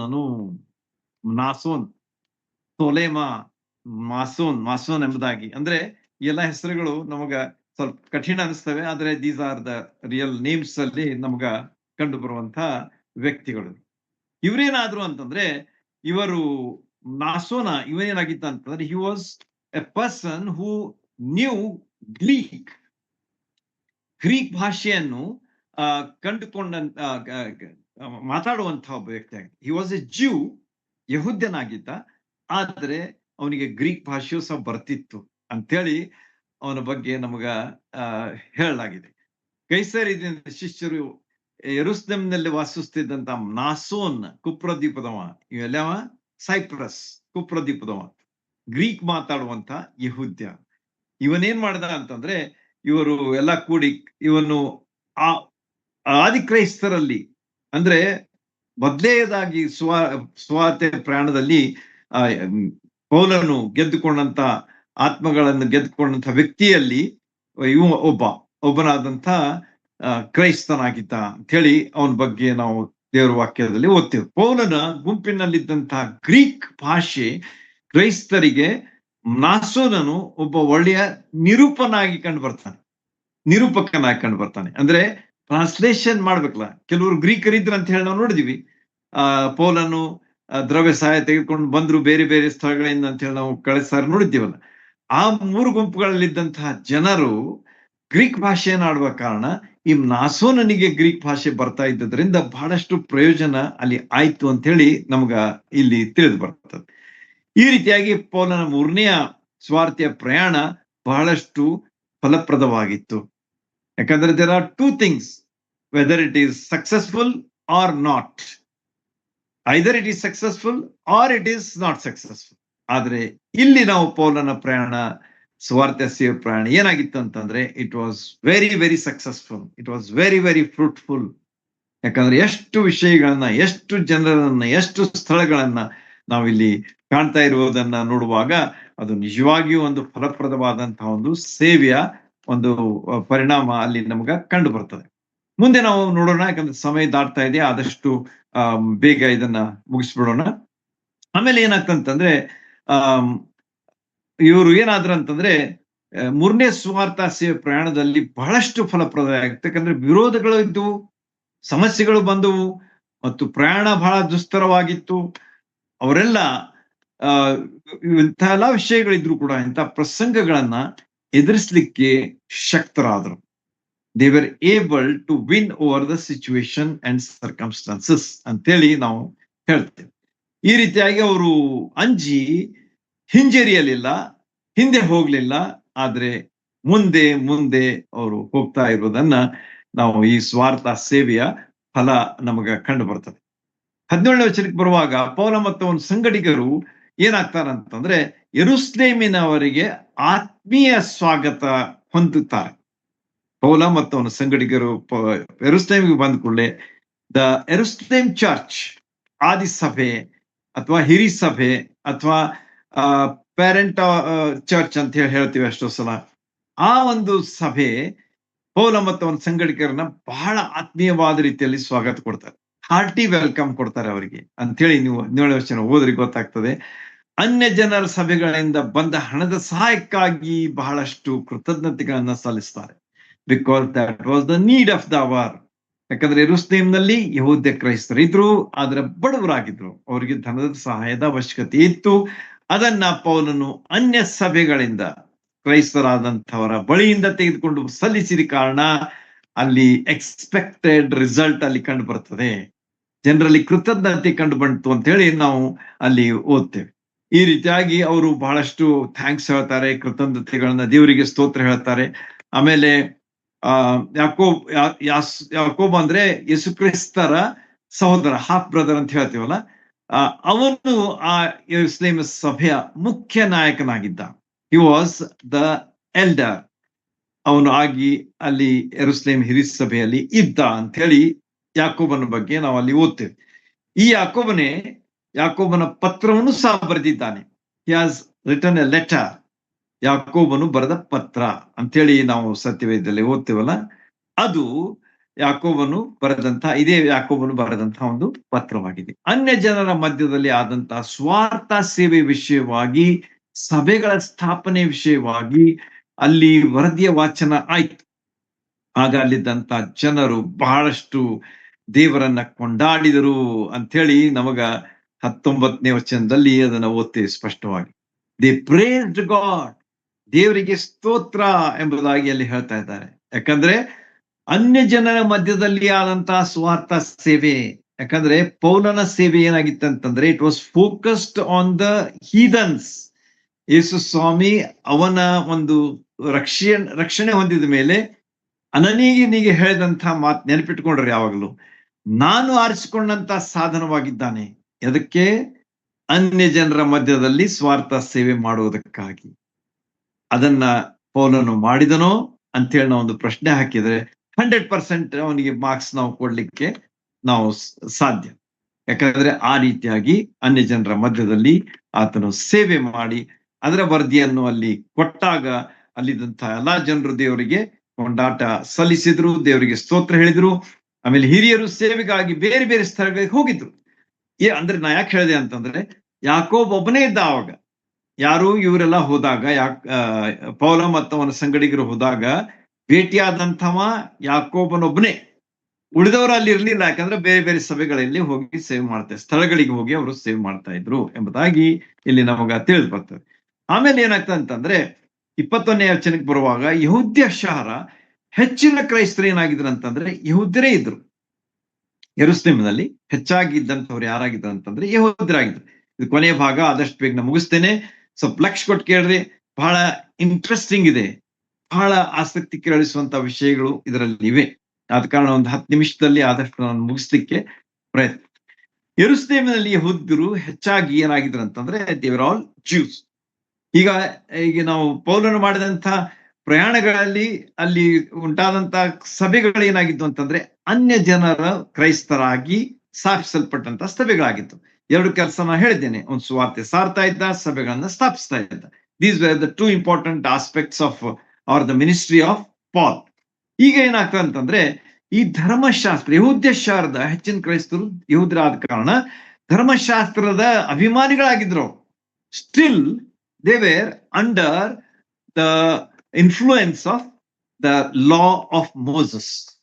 ಮೋಶೆಯ ಧರ್ಮಶಾಸ್ತ್ರಕ್ಕೆ ಅಭಿಮಾನಿಗಳಾಗಿದ್ರು. ಆದ ಕಾರಣ ಅವ್ರು ಏನಂತಿದ್ರು ಅಂತಂದ್ರೆ, ಪೌಲ ಹೋಗಿ ಅನ್ಯ ಜನರಿಗೆ ಏನ್ ಹೇಳ್ತಾನೆ, ನೀವು ಸುನ್ನತಿ ಮಾಡಿಸ್ಕೊಳ್ಬೇಡ್ರಿ, ಧರ್ಮಶಾಸ್ತ್ರದ ಆಚಾರ ವಿಚಾರಗಳನ್ನ ಅನುಸರಿಸಬೇಡ್ರಿ ಎಂಬುದಾಗಿ ಪೌಲನು ಹೇಳ್ತಾ ಇದ್ದಾನೆ ಎಂಬಂತಹ ವಿಚಾರ ಅವರಿಗೆ ಗೊತ್ತಾದ ಕಾರಣ ಈಗ ಯೆರೂಸಲೇಮಿಗೆ ಬಂದಂತಹ ಪೌಲನನ್ನ ಹಿಡಿದು ಅವನನ್ನ ಶಿಕ್ಷಿಸಬೇಕು, ಒಂದ್ ವೇಳೆ ತಪ್ಪು ಕನ್ಫರ್ಮ್ ಆದ್ರೆ ಅವನನ್ನ ಕೊಂದೆ ಹಾಕ್ಬಿಡ್ಬೇಕು ಎನ್ನುವಂತಹ ವಿಚಾರದಿಂದ ಈ ವಿಷಯಗಳನ್ನ ಅವರು ಮಾಡ್ತಾ ಇದ್ದಾರೆ ಎಂಬುದನ್ನ ನೆನ್ಪಿಟ್ಕೊಡ್ರಿ. ಈಗ ಅವರು ಈ ರೀತಿಯಾಗಿ ಯಾಕೆ ಮಾಡ್ತಾ ಇದ್ದಾರೆ ಅಂತಂದ್ರೆ, ಪೌಲನು ಏನ್ ಹೇಳ್ತಾ ಇದ್ದಾನೆ, ಅನ್ಯ ಕ್ರೈಸ್ತರಿಗೆ, ಅನ್ಯ ಭಾಗಗಳಲ್ಲಿ ಇದ್ದಂತಹ ಕ್ರೈಸ್ತರಿಗೆ, ಸ್ವಾಮಿ ಕಡೆಗೆ ತಿರುಗಿದಂತ ಕ್ರೈಸ್ತರಿಗೆ ಏನ್ ಹೇಳ್ತಾ ಇದ್ದಾನೆ, ಸುನ್ನತಿ ಮಾಡಿಸ್ಕೊಳ್ಳೋದ್ರ ಅವಶ್ಯಕತೆ ಇಲ್ಲ. ಧರ್ಮಶಾಸ್ತ್ರವನ್ನ ನೀವು ಎಲ್ಲಾ ವಿಚಾರಗಳನ್ನ ಅನುಸರಿಸ್ಬೇಕಂತ ಹೇಳಿ ಇಲ್ಲ. ಯೇಸು ಸ್ವಾಮಿಯ ಸುವಾರ್ತೆಯನ್ನ, ಯೇಸು ಸ್ವಾಮಿಯ ವಾಕ್ಯಗಳನ್ನ ಅನುಸರಿಸಿರಿ ಎಂಬುದಾಗಿ ಹೇಳಿದ ಕೂಡಲೇ ಅವ್ರು ಏನ್ ಮಾಡ್ಬಿಟ್ಟಿದ್ರು ಅಂತಂದ್ರೆ ಅವ್ರಿಗೆ ಬಹಳಷ್ಟು ಕೋಪ ಬಂದಿತ್ತು ಅಂತ ಹೇಳಿ ನಮಗ ಇಲ್ಲಿ ತಿಳಿದು ಬರ್ತದೆ. ಆದ ಕಾರಣ ಅವ್ರು ಏನ್ ಹೇಳ್ತಾರೆ, ನೀನು ಹೀಗೆ ಬೋಧಿಸುವುದನ್ನು ನಾವು ಕೇಳಿದ್ದೇವೆ, ಅವರ ದೃಷ್ಟಿಯಲ್ಲಿ ನೀವು ಹೀಗಿರುವಾಗ ಅದೊಂದು ಅಪರಾಧ, ದಿಸ್ ಇಸ್ ಅನ್ ಅಫೆನ್ಸ್, ಇದು ಯಹೂದ್ಯರ ವಿರುದ್ಧವಾಗಿ ನೀನು ಮಾಡಿದಂತ ಒಂದು ಅಪರಾಧ ಆಗಿದೆ, ಆದ ಕಾರಣ ನಿನಗೆ ಶಿಕ್ಷೆ ಆಗ್ಲೇಬೇಕು ಅಂತ ಹೇಳಿ ಅವ್ರು ಏನ್ ಮಾಡ್ಬಿಟ್ರು ಅಂತಂದ್ರೆ ಅವನನ್ನ ಅವರು ಹಿಡಿದು ಅಲ್ಲಿ ಹಿಡಿತಾ ಇದ್ದಾರೆ ಎಂಬುದಾಗಿ ನಮಗ ಕಂಡು ಬರ್ತದೆ. ನಾವು ಹೇಳೋ ಕೆಲಸವನ್ನು ನೀನು ಮಾಡ್ಬೇಕು. ಇದನ್ನ ಯಾರು ಹೇಳ್ತಾ ಇದ್ದಾರೆ? ಯೆರೂಸಲೇಮಿನ ಸಭೆಯವರು ಇದನ್ನ ಪೌಲನಿಗೆ ವಿವರಿಸ್ತಾ ಇದ್ದಾರೆ. ನೆನ್ಪಿಟ್ಕೊಡ್ರಿ, ಯಹೂದ್ಯರು ಅಂದ್ರೆ ಯೆರೂಸಲೇಮಿನ ಸಭೆಯ ಹಿರಿಯರು ಇದನ್ನ ಹೇಳ್ತಾ ಇದ್ದಾರೆ ಪೌಲನಿಗೆ, ನೀನು ಹೀಗೆ ಮಾಡ್ತಿ ಅಂತ ಹೇಳಿ. ಹೊರಗಿದ್ದಂತ ಯಹೂದ್ಯರು ಅಂದ್ರೆ ಸಭಿಕರು ಏನ್ ವಿಚಾರ ಮಾಡಿದ್ದಾರೆ ಅಂತಂದ್ರೆ, ನೀನು ಈ ಎಲ್ಲಾ ವಿಷಯಗಳಂತ ಹೇಳ್ತಾ ಇದ್ದಿ, ಆದ ಕಾರಣ ನಿನಗೆ ಶಿಕ್ಷೆ ಆಗ್ಬೇಕು ಅಂತ ಹೇಳಿ ಅವರು ವಿಚಾರ ಮಾಡ್ತಾ ಇದ್ರು. ಆದ ಕಾರಣ ನೀನ್ ಏನ್ ಮಾಡು, ಒಂದ್ ಕೆಲಸ ಮಾಡ್ಬಿಡ್ತೀನಿ, ಆ ಕೆಲಸ ಮಾಡಿದ್ರೆ ನೀನು ಉಳಿತಿ ಮತ್ತು ಎಲ್ಲಾ ಸರಿ ಆಗ್ತದೆ ಅಂತ ಹೇಳಿ ಅವರು ಒಂದು ಯೋಜನೆಯನ್ನ ಅವನಿಗೆ ಹೇಳ್ತಾರೆ. ಇಲ್ಲಿ 4 ಜನ ವೃತ್ತ ಮಾಡ್ತಾ ಇದ್ದಾರೆ. ಆ ವೃತ್ತ ಯಾವ್ದು ಅಂತ ಹೇಳಿ ಗೊತ್ತಿಲ್ಲ, ನಾಜೀರ್ ವೃತ್ತ ಇರಬಹುದು ಅಥವಾ ಬೇರೆ ವೃತ್ತನೇ ಇರಬಹುದು. ಆದ್ರೆ ಈ ವೃತ್ತಗಳನ್ನ ಅವ್ರು ಮಾಡ್ತಾ ಇದ್ದಾರೆ. ಆದ್ರೆ ವೃತ್ತ ಮಾಡುವಾಗ ಏನು ತಪ್ಪಿದ್ರು, ಅವ್ರು ದೋಷ ಬಂತು ಅದರಲ್ಲಿ. ಆದ ಕಾರಣ ಅವರಿಗೆ ಪೆನಾಲ್ಟಿ, ಫೈನ್ ಆಗ್ತಾ ಇತ್ತು. ಆಗಿನ ಕಾಲದಲ್ಲಿ ಅವರು ಯಹೂದ್ಯರ ಒಂದು ವಿಷಯಗಳು ಬಹಳ ಸ್ಟ್ರಿಕ್ಟ್ ಆಗಿತ್ತು. ಆದ ಕಾರಣ ಅವ್ರು ಏನ್ ಹೇಳ್ತಾರೆ, ಈ 4 ಜನರಿಗೆ ಫೈನ್ ಹಾಕ್ತಾರೆ ಅವರು. ಆದ ಕಾರಣ ನೀನ್ ಏನ್ ಮಾಡ್ಬಿಡು ಅಂತಂದ್ರೆ ಅವ್ರು ಕೂಡಿಬಿಡು, ನಾನು ಇವರ ಆಚಾರ ವಿಚಾರಗಳಿಗೆ ನಾನು ಸಹ ಸಮ್ಮತಿ ಕೊಡ್ತೇನೆ ಎಂಬುದನ್ನ ನೀನ್ ತೋರಿಸ್ಬಿಡು, ಅಂದ್ರೆ ನೀನ್ ದಾಟ್ಕೊಂಡ್ ಬಿಡ್ತಿ. ಇಲ್ಲದೆ ಹೋದ್ರೆ ನೀನು ಅವರ ವಿರುದ್ಧವಾಗಿ ಮಾತಾಡ್ತಿ ಅಂತ ಹೇಳಿ ನಾನು ಶಿಕ್ಷೆ ಮಾಡ್ಬೇಕಂತಿದ್ದಾರೆ ಅಂತ ಹೇಳಿ ಅಲ್ಲಿದ್ದಂತ ಹಿರಿಯರು ಒಂದು ಸಲಹೆಯನ್ನ ಪೌಲನಿಗೆ ಕೊಡ್ತಾರೆ. ಆಗ ಪೌಲ ಏನ್ ಮಾಡ್ದ ಅಂತಂದ್ರೆ, ಅಲ್ಲಿ ಯಾಕೆ ಮಾಡ್ದ ಏನ್ ಮಾಡ್ದ ಅಂತ ಹೇಳಿ ಸ್ಪಷ್ಟವಾಗಿ ಹೇಳಿಲ್ಲ. ಆದ್ರೂ ಕೂಡ ಅವನ್ ಏನ್ ಮಾಡ್ದ ಅಂತಂದ್ರೆ ಆ ರೀತಿಯಾಗಿ ಮಾಡ್ಲಿಕ್ಕೆ ಒಪ್ಪಿಕೊಂಡ. ಅವನೇನ್ ಮಾಡ್ದ, ಅವರ ಫೈನ್ ಏನಿತ್ತು ಆ ರೊಕ್ಕಾನು ಕೊಟ್ಟ. ಅಷ್ಟೇ ಅಲ್ಲದೆ ತಾನೂ ಕೂಡ ಶುದ್ಧೀಕರಣದ ಒಂದು ವೃತ್ತವನ್ನ ಆತನು ಮಾಡಿದ ಅಂತ ಹೇಳಿ ನಮಗ ಅಲ್ಲಿ ಕಂಡು ಬರ್ತದೆ. ಓದ್ಲಿಕ್ಕೆ ಸಮಯ ಇಲ್ಲ, ಆದ ಕಾರಣ ನಾನು ಜಸ್ಟ್ ಹೇಳ್ತಾ ಇದ್ದೇನೆ. ಆದ ಕಾರಣ ಅವ್ರು ಏನ್ ಮಾಡಿದ್ರು, 4 ಜನರು ವೃತ ಹಿಡಿದವರು, ಅದರಲ್ಲಿ ಏನೋ ದೋಷ ಆಯ್ತು, ಆದ ಕಾರಣ ಅವರಿಗೆ ಆದಂತ ಒಂದು ಫೈನ್, ಪೆನಲ್ಟಿ ಅದನ್ನ ಅವನು ಪೌಲ ಕೊಡ್ತಾನೆ. ಮತ್ತು ತಾನು ಸಹ ಶುದ್ಧೀಕರಣ ಮಾಡೋದಕ್ಕಾಗಿ ಅದಕ್ಕೇನು ಕೊಡ್ಬೇಕಾಗಿದ್ದು ಅದನ್ನು ಕೊಡ್ತಾನೆ. ಈ ರೀತಿಯಾಗಿ ಪೌಲ ಧರ್ಮಶಾಸ್ತ್ರವನ್ನೇ ಪಾಲಿಸುತ್ತಿದ್ದಾನೆ ಎಂಬಂಥ ಒಂದು ಇಂಪ್ರೆಷನ್ ಅಲ್ಲಿ ಉಂಟಾಗ್ತದೆ. ಅರ್ಥ ಆಯ್ತಲ್ಲ? ಯಾಕಿಷ್ಟೆಲ್ಲ ಮಾಡ್ಬೇಕಾಯ್ತು ಪೌಲನು ಅಂತಂದ್ರೆ, ಅವರಿಗೆ ಏನ್ ತೋರಿಸ್ಕೊಟ್ಟ ಅಂತಂದ್ರೆ, ನಾನು ಧರ್ಮಶಾಸ್ತ್ರದ ವಿರುದ್ಧ ಹೇಳವನಲ್ಲ, ನಾನು ಸಹ ಧರ್ಮಶಾಸ್ತ್ರವನ್ನು ಪಾಲಿಸುವಂತವನು ಅಂತ ಹೇಳಿ ಅವರಿಗೆ ಆ ಒಂದು ವಿಚಾರವನ್ನ ಅಲ್ಲಿ ತೋರಿಸಿಕೊಡುವುದು ನಮಗೆ ಕಂಡು ಬರ್ತದೆ. ಅನ್ಯರಲ್ಲಿ ಅವರು ಧರ್ಮಶಾಸ್ತ್ರ ಕೈಕೊಳ್ಳುವುದು ಅವಶ್ಯವಿಲ್ಲ. ಅವರ ವಿಗ್ರಹಕ್ಕೆ ನೈವೇದ್ಯ ಮಾಡಿದ್ದನ್ನು, ರಕ್ತವನ್ನು, ಕತ್ತು ಹೆಚ್ಚಿಗೆ ಕೊಂದದ್ದನ್ನು, ಆದರವನ್ನು ಬಿಟ್ಟು ದೂರವಾಗಿರ್ರಿ ಎಂಬಂತಹ ವಿಷಯಗಳನ್ನ ಮಾತ್ರ ನಾವು ಅನ್ಯರಿಗೆ ಹೇಳ್ತೇವೆ ಎನ್ನುವಂತ ಒಂದು ನಿರ್ಣಯವನ್ನ ಹಿರಿ ಸಭೆಯ ಯೆರೂಸಲೇಮಿನವರು ಮಾಡಿದ್ರು. ಯಾರ ಸಲುವಾಗಿ? ಅನ್ಯ ಜನರ ಸಲುವಾಗಿ. ಆದ್ರೆ ಪೌಲನ್ ಏನ್ ಹೇಳ್ತಾ ಇದ್ದ ಅಂತಂದ್ರೆ, ಇವರೆಲ್ಲ ಹೇಳ್ತಾ ಇದ್ದ ಸುಂತಿ ಮಾಡ್ಕೋಬೇಡ್ರಿ, ಧರ್ಮಶಾಸ್ತ್ರ ಕೈಕೊಂಡು ನಡಿಬೇಡ್ರಿ ಎನ್ನುವಂಥದ್ದನ್ನ ಆತನು ಹೇಳ್ತಾ ಇದ್ದ. ಯಾಕಂದ್ರೆ ದಟ್ ವಾಸ್ ರೈಟ್. ಆಕ್ಚುಲಿ ಅದರ ಅವಶ್ಯಕತೆನೇ ಇಲ್ಲ. ಆದ್ರೆ ಯೆರೂಸಲೇಮಿನ ಸಭೆಯವರು ಈ ಕೆಲವು ವಿಷಯಗಳನ್ನ ಅಷ್ಟೇ ಹೇಳ್ತಾ ಇದ್ರು. ಏನಂತೇಳಿ, ಆದ್ರೆ ಮಾಡಬೇಡ್ರು, ಕೊಂದಂತದ್ದನ್ನು ತಿನ್ಬಾರ್ದು, ಆಮೇಲೆ ರಕ್ತವನ್ನ ಇದನ್ ಮಾಡಬಾರ್ದು, ಈ ಎಲ್ಲ ವಿಷಯಗಳನ್ನ ನೈವೇದ್ಯ ಮಾಡ್ಲಿಕ್ಕೆ ಇವನ್ನೆಲ್ಲ ಮಾಡಬಾರ್ದು ಎಂಬಂತ ವಿಚಾರಗಳನ್ನ ಯೆರೂಸಲೇಮಿನ ಸಭೆಯವರು ಹೇಳ್ತಾರೆ. ಮುಂದೆ ಏನಾಗ್ತಂತಂದ್ರೆ, ಈ 4 ಜನ ವೃತ ಹಿಡಿದವ್ರನ್ನ ಕರ್ಕೊಂಡು ಅವರನ್ನು ತನ್ನ ಶುದ್ಧಿ ಮಾಡಿಸಿಕೊಂಡು ವೃತ್ತವನ್ನ ಪೂರೈಸಿ ಮುಗಿಸಿದ ಮೇಲೆ ದೇವಾಲಯದೊಳಕ್ಕೆ ಹೋದನು ಅಂತ ಹೇಳಿ ಅಲ್ಲಿ ಬರ್ದ. ಇಷ್ಟೆಲ್ಲ ಆದ್ಮೇಲೆ ಅವನಿಗೆ ಎಂಟ್ರಿ ಸಿಕ್ತು. ಎಲ್ಲಿ? ದೇವಾಲಯದೊಳಗೆ ಅವ್ರನ್ನ ಕರ್ಕೊಂಡು ಹೋಗ್ಕೊಳ್ಳೆ. ಅಲ್ಲಿ ಏನಾಯ್ತು ಅಂತಂದ್ರೆ, 25ನೇ ವಚನಕ್ಕೆ ಬರುವಾಗ ಕೆಲವರು ಪೌಲನು ಮಾಡಿದ ಈ ಯೋಜನೆಗಾಗಿ ಟೀಕಿಸಕ್ಕೆ ಶುರು ಮಾಡಿದ್ರು. ಏನ್ಪಾ, ಪೌಲ ಹೇಳ್ತಾನೊಂದು ಮಾಡ್ತಾನೊಂದು. ಆದ ಕಾರಣ ಅವನು ಏನಂತಾರ ಅದಕ್ಕೆ, ದ್ವಿಮುಖದ ವ್ಯಕ್ತಿಯವನು ಅಂತೇಳಿ ಕೆಲವರು ಕ್ರಿಟಿಸೈಸ್ ಮಾಡ್ಲಿಕ್ಕೆ ಶುರು ಮಾಡಿದ್ರು. 2 ಮನಸ್ಸುಗಳಂತ ಮನುಷ್ಯ ಅವನು ಅಂತೇಳಿ ಅವನ ಸಲುವಾಗಿ ಹೇಳಿಕ್ ಶುರು ಮಾಡಿದ್ರು. ಆದ್ರೆ ನಿಜವಾಗಿ ನಾವು ನೋಡ್ಬೇಕಾದ್ರೆ ಪೌಲನು ಹಾಗೆ ಮಾಡಿದಕ್ಕೆ ಕಾರಣ ಏನಂತಂದ್ರೆ, ಒಂದೇ ಒಂದು ಗುರಿ. ಅದೇನು ಅಂತಂದ್ರೆ, ಯಹೂದ್ಯರು ಮತ್ತು ಅನ್ಯರು ಯಾವುದೇ ವಿಧವಾಗಿ ಯೇಸು ಕ್ರಿಸ್ತನ ಬಳಿಗೆ ಅವರನ್ನ ನಡೆಸುವುದೇ ಆಗಿತ್ತು. ಯಾವುದೇ ರೀತಿಯಾಗಿ ಅವರನ್ನ ಯೇಸು ಸ್ವಾಮಿಯ ಪಾದ ಬಳಿಗೆ ಕರ್ಕೊಂಡು ಬರಬೇಕು ಎನ್ನುವಂತಹ ಒಂದೇ ಒಂದು ಉದ್ದೇಶವನ್ನ ಪೌಲನು ಹೊಂದಿದ್ದು ಹೊರತು ಆತನು 2 ಮುಖ ಆಗ್ಲಿ ಅಥವಾ 2 ಮನಸ್ಸುಳ್ಳವನಾಗಿ ಅವನು ಇರಲಿಲ್ಲ ಎಂಬುದನ್ನ ಅವನ ಬಗ್ಗೆ ಸ್ಪಷ್ಟವಾಗಿ ನಾವು ತಿಳ್ಕೊಳ್ಬೇಕಾದದ್ದು ಅವಶ್ಯ. 27ನೇ ವಚನಕ್ಕೆ ಬರುವಾಗ ಈ ಅಧ್ಯಾಯದ ಕೊನೆಯ ಭಾಗದಲ್ಲಿ ಪೌಲನ ಜೀವ ಅಪಾಯದಲ್ಲಿ ಬಂತು ಅಂತ ಹೇಳಿ ನಮ್ಗೆ ಗೊತ್ತಾಗ್ತದೆ. ಆದ್ರೆ ಪವಿತ್ರಾತ್ಮನ ಕಾರ್ಯ ಎಷ್ಟು ವಿಶೇಷವಾಗಿ ಅಲ್ಲಿ ಆಗ್ತದೆ ಎಂಬುದನ್ನ ನಾವು ತಿಳ್ಕೊಳ್ಬೇಕಾದದ್ದು ಅವಶ್ಯ. ನೆನ್ಪಿಟ್ಕೊಡ್ರಿ, it's a very important portion of this chapter. ಕೆಲವು ವಚನಗಳು ಅಷ್ಟೇ ಇವೆ, ಆದ್ರೆ ಅವು ಬಹಳ ಮುಖ್ಯವಾಗಿವೆ. ಆಸ್ಯ ಸೀಮೆಯಲ್ಲಿ ಯೆರೂಸಲೇಮಿನಲ್ಲಿ ಪೌಲನು ದೇವಾಲಯದಲ್ಲಿ ನೋಡಿದವರು ಯಾರು? ಆಸ್ಯ ಸೀಮೆಯಲ್ಲಿ ಯಾರ್ಯಾರು ಯಹೂದ್ಯರಿದ್ರಲ್ಲ ಅವರೆಲ್ಲ ಅಲ್ಲಿ ಬಂದಿದ್ರು. ಅಲ್ಲಿ ಪಂಚಾಶತ್ತಮ ದಿವಸ ಸಲುವಾಗಿ ಬಂದಿದ್ರು. ಅವರೆಲ್ಲ ಏನ್ ಮಾಡಿದ್ರು ಅಂತಂದ್ರೆ, ದೇವಾಲಯದಲ್ಲಿ ಪೌಲನನ್ನ ನೋಡಿದ ಕೂಡ್ಲೆ ಅಪಾದನೆಯನ್ನ ಮಾಡ್ಲಿಕ್ಕೆ ಶುರು ಮಾಡಿದ್ರು. ಈ ಹೇಳಿದ್ನಲ್ಲಿ ನಿಮ್ಗೆ ಇವೇ ಅಪಾದನೆಗಳನ್ನ ಮಾಡ್ಲಿಕ್ಕೆ ಶುರು ಮಾಡಿದ್ರು. ಆಮೇಲೆ ಎಫೆಸ್ದಲ್ಲಿ ಏನ್ ಮಾಡಿದ್ರು ಅಂತಂದ್ರೆ, ಅನ್ಯನಾದವನನ್ನು ತ್ರೋಫಿಮ ಎನ್ನುವಂತ ಒಬ್ಬ ವ್ಯಕ್ತಿ ಅನ್ಯವ, ಅವನನ್ನ ಕರ್ಕೊಂಡು ಈಗ ದೇವಾಲಯದ ಒಳಗಡೆ ಹೋಗಿದ್ದಾನೆ ಇವನು ಅಂತೇಳಿ ಮತ್ತೊಂದು ಅಪಾದನೆಯನ್ನು ಮಾಡಿದ್ರು. ಅನ್ಯರಿಗೆ ದೇವಾಲಯದಲ್ಲಿ ಒಳಗೆ ಹೋಗೋದಕ್ಕೆ ಅವಕಾಶ ಇರಲಿಲ್ಲ. ಆದ್ರೆ ಪೌಲನು ಏನ್ ಮಾಡ್ದ ಅಂತಂದ್ರೆ, ಆ ವ್ಯಕ್ತಿ ರಕ್ಷಣೆ ಹೊಂದಿ ಯೇಸು ಸ್ವಾಮಿಯನ್ನು ನಂಬಿದ ಮೇಲೆ ಅವನು ಕ್ರೈಸ್ತನಾದ ಅಂತೇಳಿ ಅವನನ್ನು ಒಳಗೆ ಕರ್ಕೊಂಡು ಹೋದ. ಅವನು ಮಾಡಿದ್ದೇನು ತಪ್ಪಿರ್ಲಿಲ್ಲ. ಆದ್ರೆ ಅವರ ಒಂದು ಅಪಾದನೆ ಹಾಗಿತ್ತು ಅಂತೇಳಿ ನಮಗ ಇಲ್ಲಿ ಕಂಡು ಬರ್ತದೆ. ಆಮೇಲೆ ಏನಾಯ್ತಂತಂದ್ರೆ, ಅವನು ಶಹರವೇ ಅಲ್ಲಿ ದೊಡ್ಡ ಗದ್ದಲಕ್ಕೆ ಅಲ್ಲಿ ಉಂಟಾಯ್ತು ಅಂತ ಹೇಳಿ ಅನ್ಯನಾದವನನ್ನು ದೇವಾಲಯದೊಳಗೆ ಕರ್ಕೊಂಡು ಬಂದು ಅಶುದ್ಧ ಮಾಡಿದ ಅಂತ ಹೇಳಿ ಅವನನ್ನು ಅವರು ಬಹಳವಾಗಿ ಅಲ್ಲಿ ಕೂಗಾಡ್ಲಿಕ್ಕೆ ಶುರು ಮಾಡಿದ್ರು. ಶಹರದಲ್ಲಿ ಗದ್ದಲ ಎದ್ದಿತ್ತು ಅಂತ ಹೇಳಿ ನಮಗ ಅಲ್ಲಿ ಮುಂದಿನ ವಚನಗಳು ನಮ್ಗೆ ತಿಳಿಸ್ಕೊಡ್ತವೆ. ಆಗ ಏನಾಯ್ತಂತಂದ್ರೆ ಜನರು ಪೌಲನನ್ನ ಬಂಧಿಸಿ ಎಳ್ಕೊಂಡು ಬಂದು ಬಾಗಿಲನ್ನ ಮುಚ್ಚಿಕೊಂಡ್ರು. ನೋಡ್ರಿ, ಏನ್ ಹೇಳ್ದ, ಏನ್ ಹೇಳ್ದ, ಅವನು ಕೈ ಕಾಲು ಕಟ್ಟಿ ಅವನನ್ನ ಹೊತ್ಕೊಂಡು ಹೋಗ್ತಾರೆ ಅಂತ ಹೇಳಿದ್ದಲ್ಲ ಯೆರೂಸಲೇಮಿನಲ್ಲಿ. ಅದನ್ನೇ ಈಗ ಪೌಲನು ಅನುಭವಿಸ್ತಾ ಇದ್ದಾನೆ ಎಂಬುದನ್ನ ನಾವು ಇಲ್ಲಿ ಕಾಣ್ತೇವೆ. ಅವನು ಎಳ್ಕೊಂಡು ಹೋದ್ರು, ಹೊತ್ಕೊಂಡು ಹೋದ್ರು ಅಂತ ಹೇಳಿ ಬರ್ತದೆ. ಆಮೇಲೆ ಬಾಗಿಲನ್ನ ಮುಚ್ಚಿ ಹಾಕಿದ್ರು ಅಂತ. ಆಗ ಇದರ ಸುದ್ದಿ ತಿಳಿದು ಬಂದಾಗ ನೋಡ್ರಿ, ಪವಿತ್ರಾತ್ಮನ ಯಾವ ರೀತಿಯ ಕೆಲಸ ಮಾಡ್ತಾನೆ. ಪೌಲನ ಒಂದು ಜೀವನ ಗಂಡಾಂತರದಲ್ಲಿದೆ, ಆದ್ರೆ ದೇವರು ಮಾಡುವಂತ ಕೆಲಸ ಎಷ್ಟು ವಿಶೇಷವಾಗಿದೆ. ಅದೇನಂತಂದ್ರೆ ಸಹಸ್ರಾಧಿಪತಿ ಅಂತಂದ್ರೆ 1000, A man in charge of 1000 soldiers. 1,000 ಜನರ ಅಧಿಪತಿ ಏನ್ ಮಾಡ್ದ ಅಂತಂದ್ರೆ ಬೇಡಿ ತೊಡಿಸಿದ. ಯಾರಿಗೆ? ಪೌಲನಿಗೆ. ಕೈಗಳಿಗೆ ಕಾಲುಗಳಿಗೆ ಬೇಡಿ ತೊಡಿಸಿದ ಅಂತ ಹೇಳಿ ಬಿಡ್ತದೆ. ಯಾಕಂದ್ರೆ ಇನ್ನೂ ಅವನ ಬಗ್ಗೆ ಇನ್ನೂ ವಿಚಾರಣೆ ಮಾಡಿರ್ಲಿಲ್ಲ. ಫಸ್ಟ್ ಅವನ ಅಪರಾಧಿ ಅಂದ್ಕೊಳ್ಳೆ ಅವನಿಗೆ ಬೇಡಿ ಹಾಕ್ಸ್ಬಿಟ್ಟ ಅವನು. ಆಮೇಲೆ ಏನಾಯ್ತು ಅಂತಂದ್ರೆ ಸಹಸ್ರಾಧಿಪತಿ, ಶತಾಧಿಪತಿ ಸಹಿತವಾಗಿ ಬಂದಿದ್ದಂತ. ಅಂದ್ರೆ 100 ಇನ್ ಚಾರ್ಜ್ ಏನಿದ್ದಲ್ಲ, 100 ಮಂದಿ ಮೇಲೆ ನೋಡ್ಕೊಳ್ಳೋ ಅವನು ಅಲ್ಲಿ ಬಂದಿದ್ರಂತ.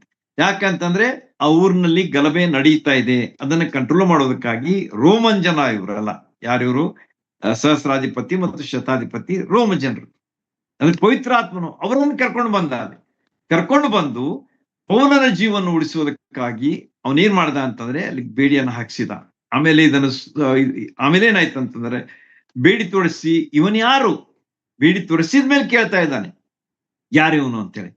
ಆಗ ಅಗಬನ ನಿದರ್ಶನ, ಅವನೇನ್ ಮಾಡಿದ್ದಾರ ಡೆಮೋ, ಅದು ಇಲ್ಲಿ ನಿಜವಾಗಿ ನಮಗ ಕಂಡು ಬರ್ತದೆ. ಆಗ ಜನರ ಕೂಗು 2 ವಿಧವಾಗಿತ್ತು. ಏನಂತೇಳಿ, ಅವನು ಹಾಗೆ ಅಥವಾ ಇವನು ಹೀಗೆ ಅಂತೇಳಿ. ಹಾಗೆ ಬರ್ತದ್ ನೋಡ್ರಿ. ಕೆಲವರು ಹಾಗೆ ಅಂತಂದ್ರು, ಕೆಲವರು ಹೀಗೆ ಅಂತಂದ್ರು. ಅಂದ್ರೆ they had no right understanding of who Paul was. ಆದ ಕಾರಣ ಅವರು ನಿಜ ಸ್ಥಿತಿ ಏನಂತ ಹೇಳಿ ಯಾರಿಗೆ? ಸಹಸ್ರಾಧಿಪತಿಗೆ ಗೊತ್ತಾಗ್ಲಿಲ್ಲ. ಆಮೇಲೆ ಅವನೇನ್ ಮಾಡಿಬಿಟ್ಟ ಅಂತಂದ್ರೆ ಕೋಟಿಯೊಳಗೆ ಒಯ್ದು ಬಿಡ್ರಪ್ಪ, ಯಾಕಂದ್ರೆ ಈಗ ಜನರ ಗದ್ದಲ ನಾನು ಕಂಟ್ರೋಲ್ ಮಾಡ್ಬೇಕಾಗಿದೆ, ಅವನನ್ನ ಕೋಟೆಯೊಳಗೆ ಕರ್ಕೊಂಡು ಹೋಗ್ಬಿಡ್ರಿ ಅಂತ ಹೇಳಿ ಅವನನ್ನ ಕೋಟೆಗೆ ಅವನನ್ನ ಕರ್ಕೊಂಡು ಹೋಗುವಾಗ ಅಲ್ಲಿ ಜನರು ಇಷ್ಟು ಗದ್ದಲ ಇತ್ತಲ್ಲ, ಅವನನ್ನು ಹೊತ್ಕೊಂಡು ಹೋದ್ರು ಅಂತ ಹೇಳಿ ಅಲ್ಲಿ ಬರ್ದದೆ ನೋಡ್ರಿ. ಹೊತ್ಕೊಂಡು ಹೋದ್ರು ಅಂತಲ್ಲಿ. ಇಂಥ ಒಂದು ಸ್ಥಿತಿಯಲ್ಲಿ ಉಂಟಾಯಿತು. ಗುಂಪು ಅವನನ್ನ ಕೊಲ್ಲಿರಿ ಎಂದು ಕೂಗುತ್ತಾ ಇತ್ತು. ನೋಡ್ರಿ, ಅವನನ್ನ ಕೊಲ್ರಿ ಅಂತ ಹೇಳಿ ಕೂಗ್ತಾ ಇತ್ತು. ಅಂದ್ರೆ ವಾಸ್ ನಿಯರ್ ಡೆತ್ ಅಂತ ಹೇಳಿ ನಾವು ಹೇಳ್ಬೋದು. ಆದ್ರೆ ಇಂಥ ಭಯಗ್ರಸ್ತ ವಾತಾವರಣದಲ್ಲಿ ಪೌಲನು ಮಾತ್ರ ಏನೂ ಅಂಜಲಿಲ್ಲ. ಈ ನೆವರ್ ವಾಸ್ ಅಫ್ರೇಡ್. ಅವನೇನ್ ಹೇಳ್ತಾ ಇದ್ದಾನೆ ಅಂತಂದ್ರೆ, ಸಹಸ್ರಾಧಿಪತಿಗೆ ಒಂದು ಮಾತು ಕೇಳ್ತಾ ಇದ್ದಾನೆ, ನನಗೆ ಮಾತಾಡ್ಲಿಕ್ಕೆ ನನಗೊಂದು ಅವಕಾಶ ಕೊಡ್ರಿ ಅಂತ ಹೇಳ್ದ. Give me a chance to speak ಅಂತ ಹೇಳ್ತಾನೆ. ಗ್ರೀಕ್ ಭಾಷೆಯಲ್ಲಿ ಅವನು ಹೇಳಿದ ಕೂಡಲೇ ಆ ಸಹಸ್ರಾಧಿಪತಿಗೆ ಬಹಳಷ್ಟು ಆಶ್ಚರ್ಯ ಆಯ್ತು. ಯಾರಿವ ಗ್ರೀಕ್ ಭಾಷೆ ಮಾತಾಡ್ತಾ ಇದ್ದಾನಲ್ಲ ಅಂತ ಹೇಳಿ. ಅವನೇನ್ ತಿಳ್ಕೊಂಡ ಅಂತಂದ್ರೆ, ಐಗುಪ್ತ ದೇಶದ ಒಬ್ಬ ವ್ಯಕ್ತಿ 4,000 ಜನರನ್ನ ಅಡವಿಗೆ ಕರ್ಕೊಂಡು ಹೋಗಿ ಒಂದು ಕೆಲಸ ಮಾಡಿದಂತಹ ಒಂದು ವಿಷಯ ಅವನಿಗೆ ಗೊತ್ತಿತ್ತು. ಅವನೇನ್ ತಿಳ್ಕೊಂಡಿದ್ದ ಅಂತಂದ್ರೆ, ಇವನೇ ಆ ವ್ಯಕ್ತಿ, this is that man, is an Egyptian speaking Greek ಅಂತ ಹೇಳಿ ಅವನು ತಿಳ್ಕೊಂಡಿದ್ದ. ಆದ್ರ ಈಗ ಪೌಲನು ಅದನ್ನ ಸ್ಪಷ್ಟವಾಗಿ ಹೇಳ್ತಾ ಇದ್ದಾನೆ. ಏನಂತ ಹೇಳಿ, ನಾನು ಯಹೂದ್ಯನು, ತಾರ್ಸಸದ ಕಿಲಿಕ್ಯ ಸೀಮೆಯವನು ಎಂಬುದಾಗಿ ಪೌಲನು ಅವನಿಗೆ ಹೇಳಿದ ಕೂಡಲೇ ಅವನಿಗೆ ಬಹಳ ಆಶ್ಚರ್ಯ ಆಯ್ತು. ಅವನೇನ್ ವಿಚಾರ ಮಾಡಿದ್ದ, ಅವನಲ್ಲ, ಇವನು ಬೇರೇನೆ ಆಗಿದ್ದಾನೆ ಅಂಥೇಳಿ ಅವನಿಗೆ ಬಹಳ ಒಂದು ರಿಲೀಫ್ ಆಯ್ತು ಅಂತ ಹೇಳಿ ನಾವು ನೋಡ್ತೇವೆ. ಆಗ ಅವನು ಹೇಳ್ತಾನೆ, ನನಗ್ ಸ್ವಲ್ಪ ಮಾತಾಡೋದಕ್ಕೆ ಅವಕಾಶ ಕೊಡ್ರಿ. ಇಷ್ಟು ಜನ ಇಲ್ಲಿ ನಿಂತಾರೆ, ಆದ ಕಾರಣ ನಾನು ಅವ್ರ ಕೂಡ ಮಾತಾಡ್ಬೇಕು. ಅಂದ್ರೆ ಪೌಲನ ಮನಸ್ಸು ಹೇಗಿತ್ತಂತ, ಜೀವ ಹೋಗುವಂತ ಪರಿಸ್ಥಿತಿ, ಜನ ಹೊತ್ಕೊಂಡು ಹೋಗ್ತಾ ಇದ್ದಾರೆ, ಕೈಕಾಲುಗಳಿಗೆ ಬೇಡಿ ಹಾಕಿದ್ದಾರೆ. ಆದ್ರೆ ಪೌಲ ಏನ್ ಹೇಳ್ತಾ ಇದ್ದಾನೆ, I have to speak about my Lord. ನನ್ನ ಸ್ವಾಮಿಯ ಬಗ್ಗೆ ನಾನು ಮಾತಾಡ್ಬೇಕು, ನನ್ನ ಸ್ವಾಮಿ, ನನ್ನ ರಕ್ಷಕನ ಬಗ್ಗೆ ಅವ್ರಿಗೆ ತಿಳಿಸ್ಬೇಕು ಎನ್ನುವಂತ ಒಂದು ವಿಚಾರವನ್ನ ಸಹಸ್ರಾಧಿಪತಿಗೆ ಅಲ್ಲಿ ಹೇಳೋದನ್ನು ನೋಡುವಾಗ ಆತನ ಒಂದು ಉತ್ಕೃಷ್ಟ ಒಂದು ಉದಾಹರಣೆಯನ್ನ ನಾವು ಇಲ್ಲಿ ಕಾಣ್ತೇವೆ. ಆದ ಕಾರಣ ಮುಂದಿನ ಅಧ್ಯಾಯವನ್ನು ನೋಡೋಣ, ಯಾವ ರೀತಿಯಾಗಿ ಪೌಲನು ಆ ಜನರಿಗೆ ಯಾವ ರೀತಿಯಾಗಿ ಮಾತಾಡ್ತಾನೆ ಎಂಬುದನ್ನ ನೆಕ್ಸ್ಟ್ ವೀಕ್ ನಾವು ಅದನ್ನ ಅಭ್ಯಾಸ ಮಾಡೋಣ.